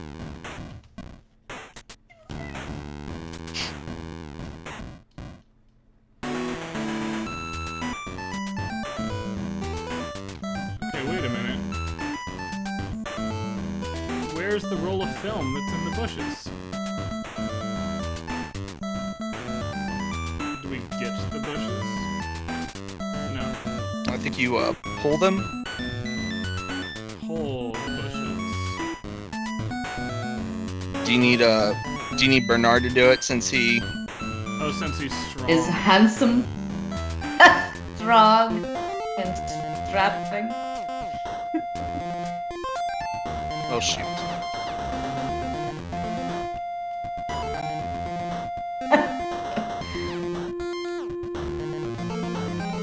Push bushes. I'm just a bush pusher instead of brick pusher. No, wait a minute. Is there a roll of film on this side next to where the bushes were? No. Final Fantasy game with a Tonberry. Was it 6? Was it 5? I know that 6 has them. 5 has them too. Alright, 5. I don't think 4 has them. No, they're 5. All you people.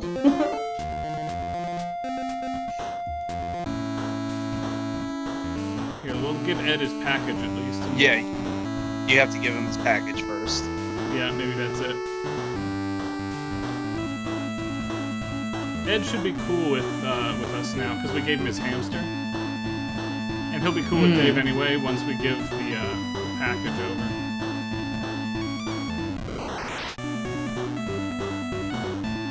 The only character Yay, you 14 cannot people. make friendly for you, by the way, is Nurse Edna will never be friendly to you. Really? Well, she'll be friendly, just not. She'll be friendly. Right, just not in the way that you want But- her to be. Right. Not in the way that you would consent to. Yes, Anthony Dennis music. Good job.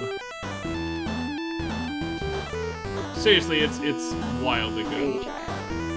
Yeah, I will be your friend on there. I haven't even reached the first dungeon, but I really like the Discord of friends. I like having friends. I gotta promise find I'll me my play plans. at some point when I'm done That- orchestrating this musical, Evil Meter which made is a so much madman fun. of my father. And also, I'm making like good money doing it. It's not like something that I Break into the lab and save am him. doing for not enough. So Screw you, Sigma. the Yeah, we've talked about Final Fantasy XIV a few times. the whole sentient meteor is actually from a comic book, if I remember correctly. Creepshow. And that was just where that idea came from. I think that one was published in '83. Ooh, so am I 2/3 of the way through my time now? Because we've had one Sandy cutscene, now we've had a second one. Yeah, I think so. And speaking of which, I need to refill. There we go. Here's the roll. Beverage. of film. There you go. I'll be right back. Hi.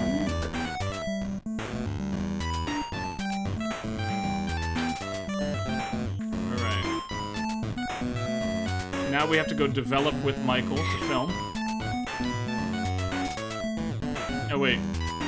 It's no, it is up the stairs. Oh my gosh. I can do this.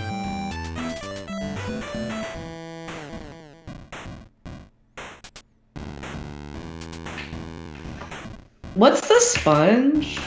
The Is that sponge just like a has kitchen the sponge? developer on it now. Yeah. The developer was in the bottle that fell very, very early in the game onto the grates. Okay. So we had to sponge it up. And this is a Michael-only solution to the game here. Yes. Since he's the photographer. We need to turn on... Ah, I saw it. Yeah. So Is there ever a stream here with Final Fantasy? Turn on the red lights. in the Sponge. original Commodore 64 one, they did not have the objects appear when you would hover over them on the screen. You would essentially just have to guess sometimes where they were. Oh wow. I like the That's attention to fun. detail that he closes the door before developing the film. Yeah, it's cute.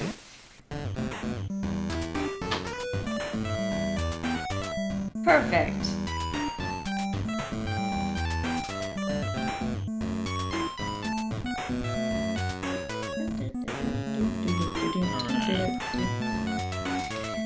Did I turn into a mansion? A Maniac mansion, yes. Yeah, I said I had to refill my drink.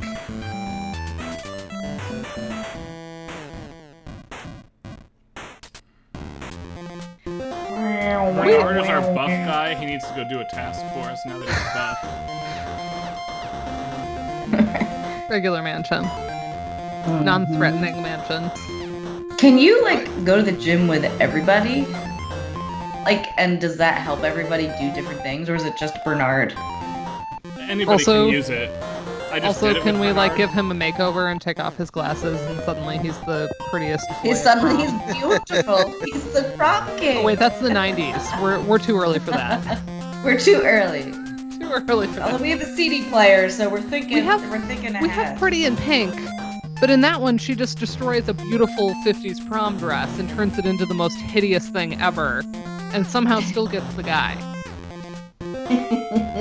But I am did, actually Guys don't salty care about that about movie for a lot of prom reasons. did And she one get of- the right guy? She didn't get the right guy. She should have ended up Ducky 100%, because that's what happens in the book. And they only changed it because they felt like Molly Ringwald and John Cryer didn't have There good we go. chemistry. Jesus, Christopher Columbus. Card key, glowing key, yellow key. Alright.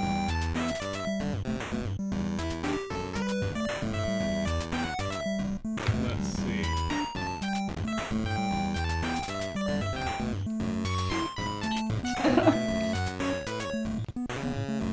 Regular mansion.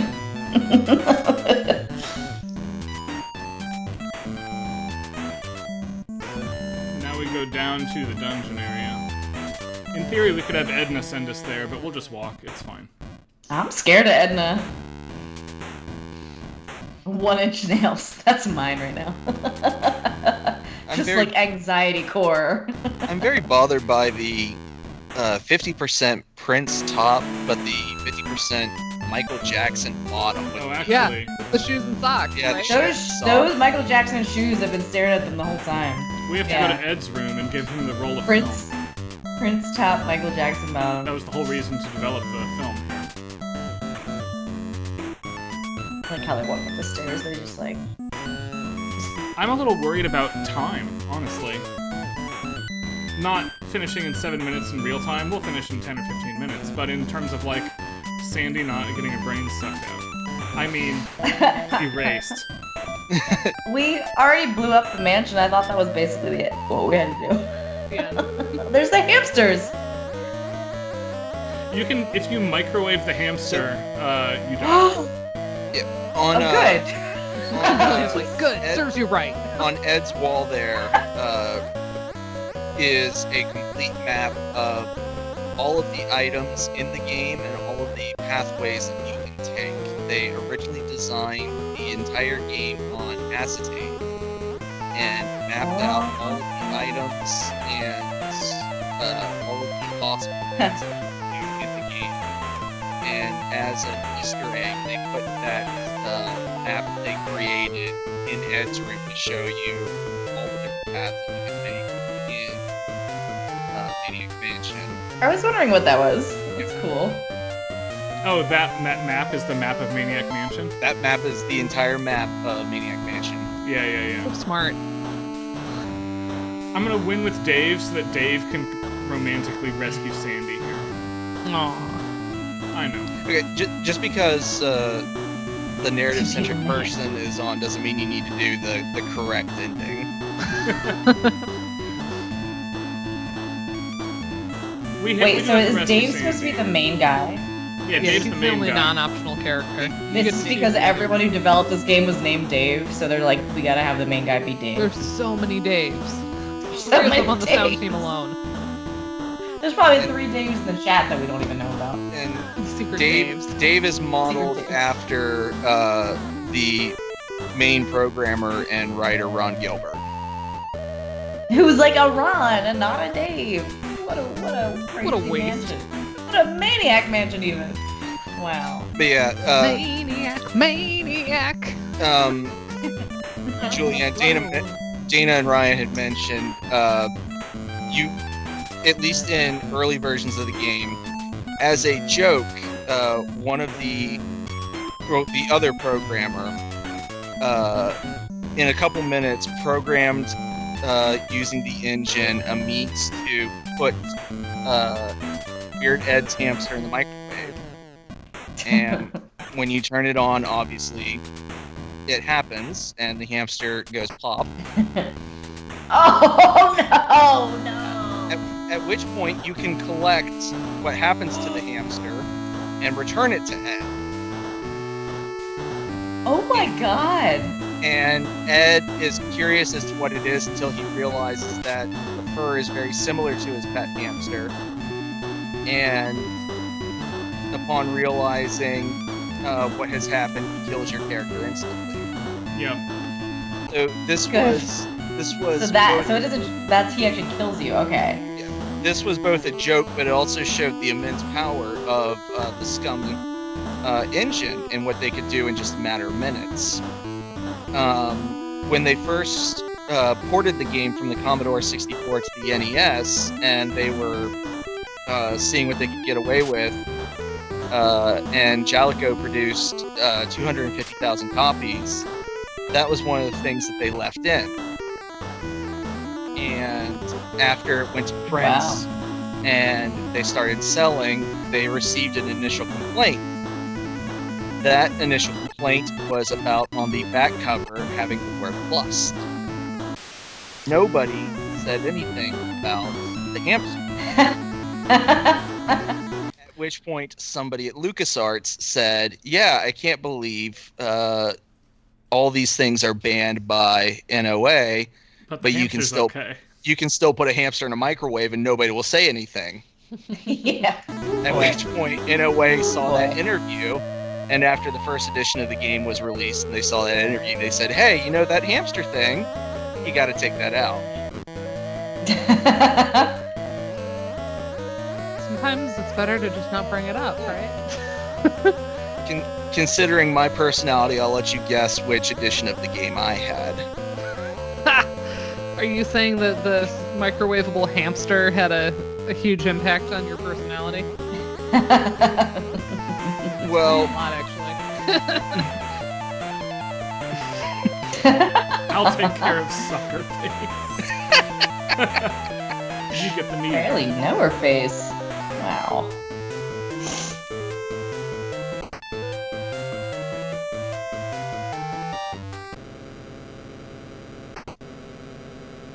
Pepsi. yeah, that's how you know Ed is really evil. He has a Pepsi machine in his basement. Uh-oh. Wow. Pepsi versus Coke Wars activated. Personally, I love Pepsi more than Coke.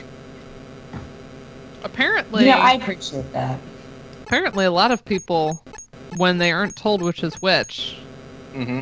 will say they like Pepsi more, even if they will say before that they prefer Coke. This is like the most 80s, 90s thing is the Pepsi Coke stuff. My theory, though, about Pepsi versus Coke is I think Pepsi is better in smaller quantities because it is sweeter. Yeah. Whereas, you could probably drink more Coke than Pepsi overall, depending on your tolerance for such things.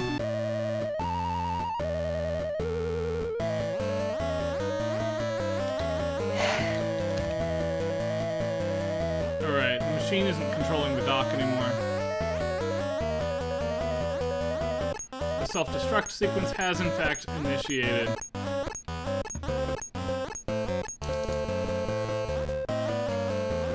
You died.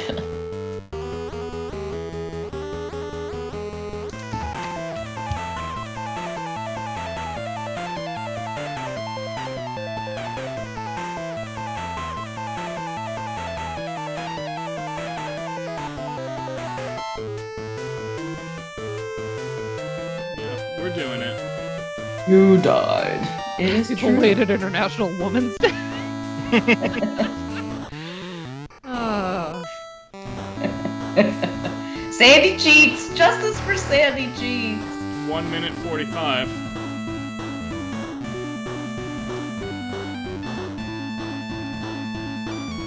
No, not open bumper sticker. Come on. God damn it. Open Yeah. trunk. Oh yeah, Edna. Oh, use yellow Can't forget key about her.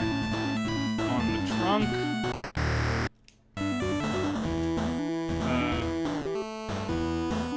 Use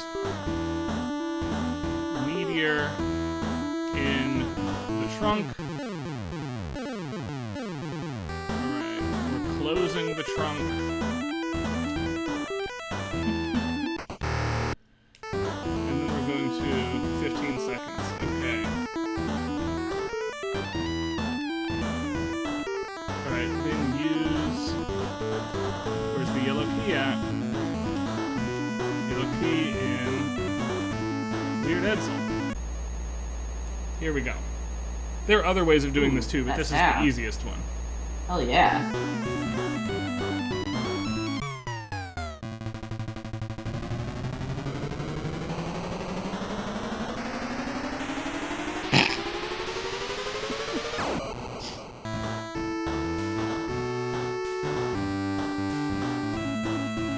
Buff nerd. Very. It's still funny. That specific sequence recalls a very specific music video memory for me, which I'd love to play on stream, but I don't know if that would cause issues. Maybe I'll just link it. Well, they'll always Yeah, be just forever. like Remember, don't be a tuna head.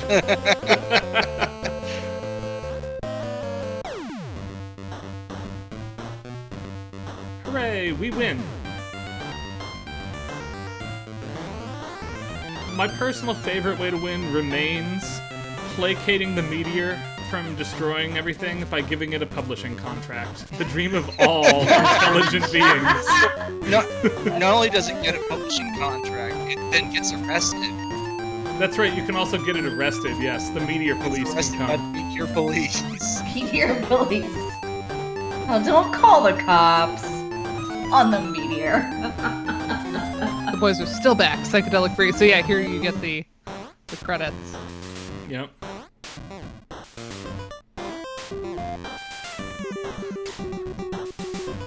I'm sorry I didn't credit George Alistair Sanger as he's credited in the game.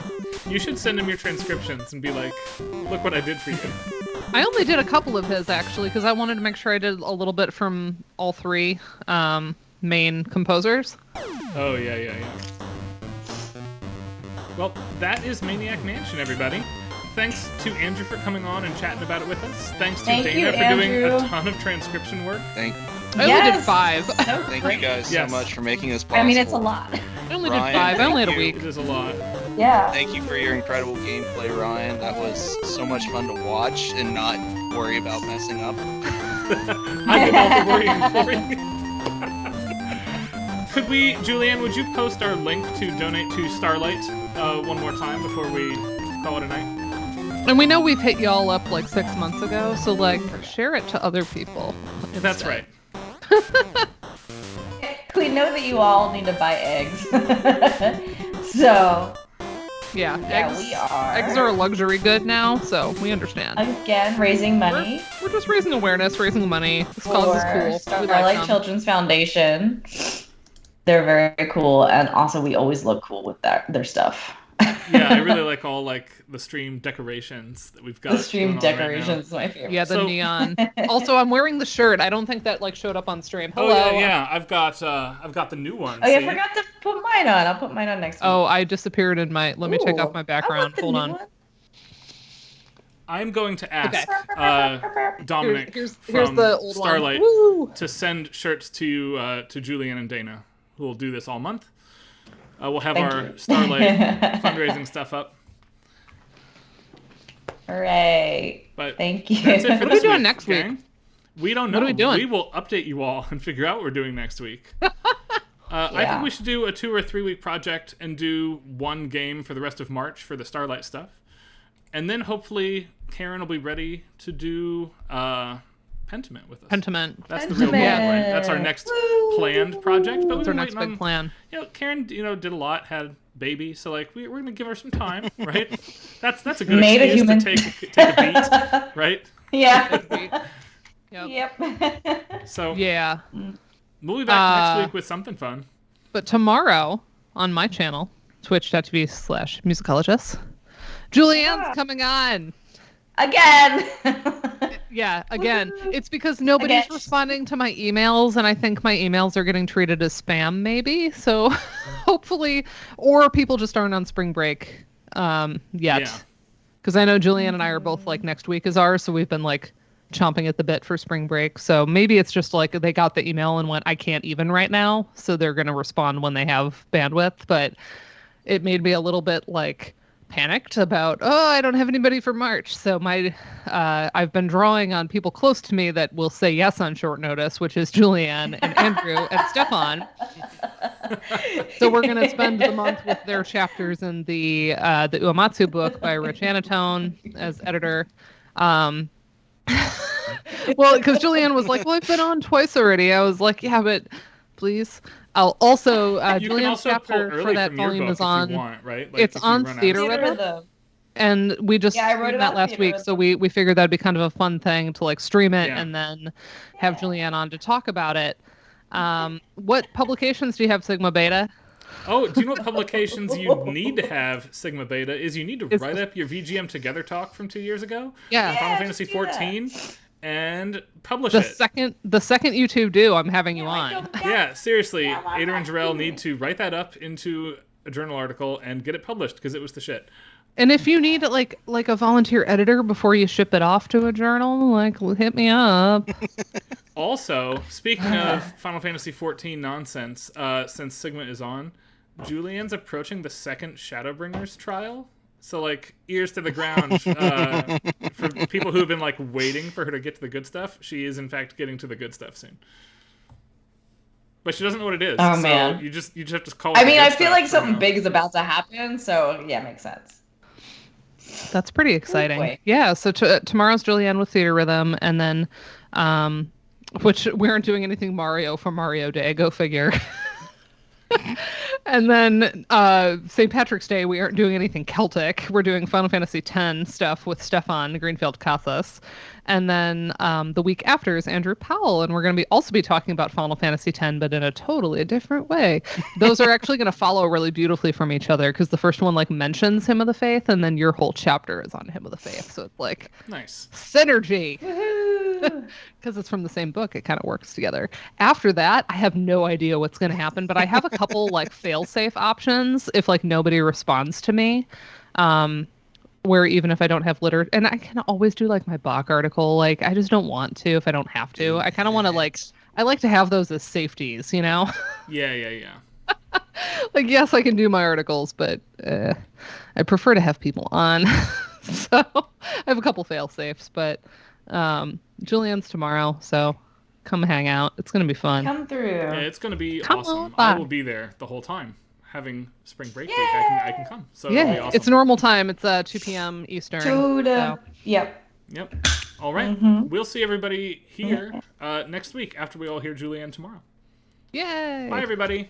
Bye. Bye. Thank you guys.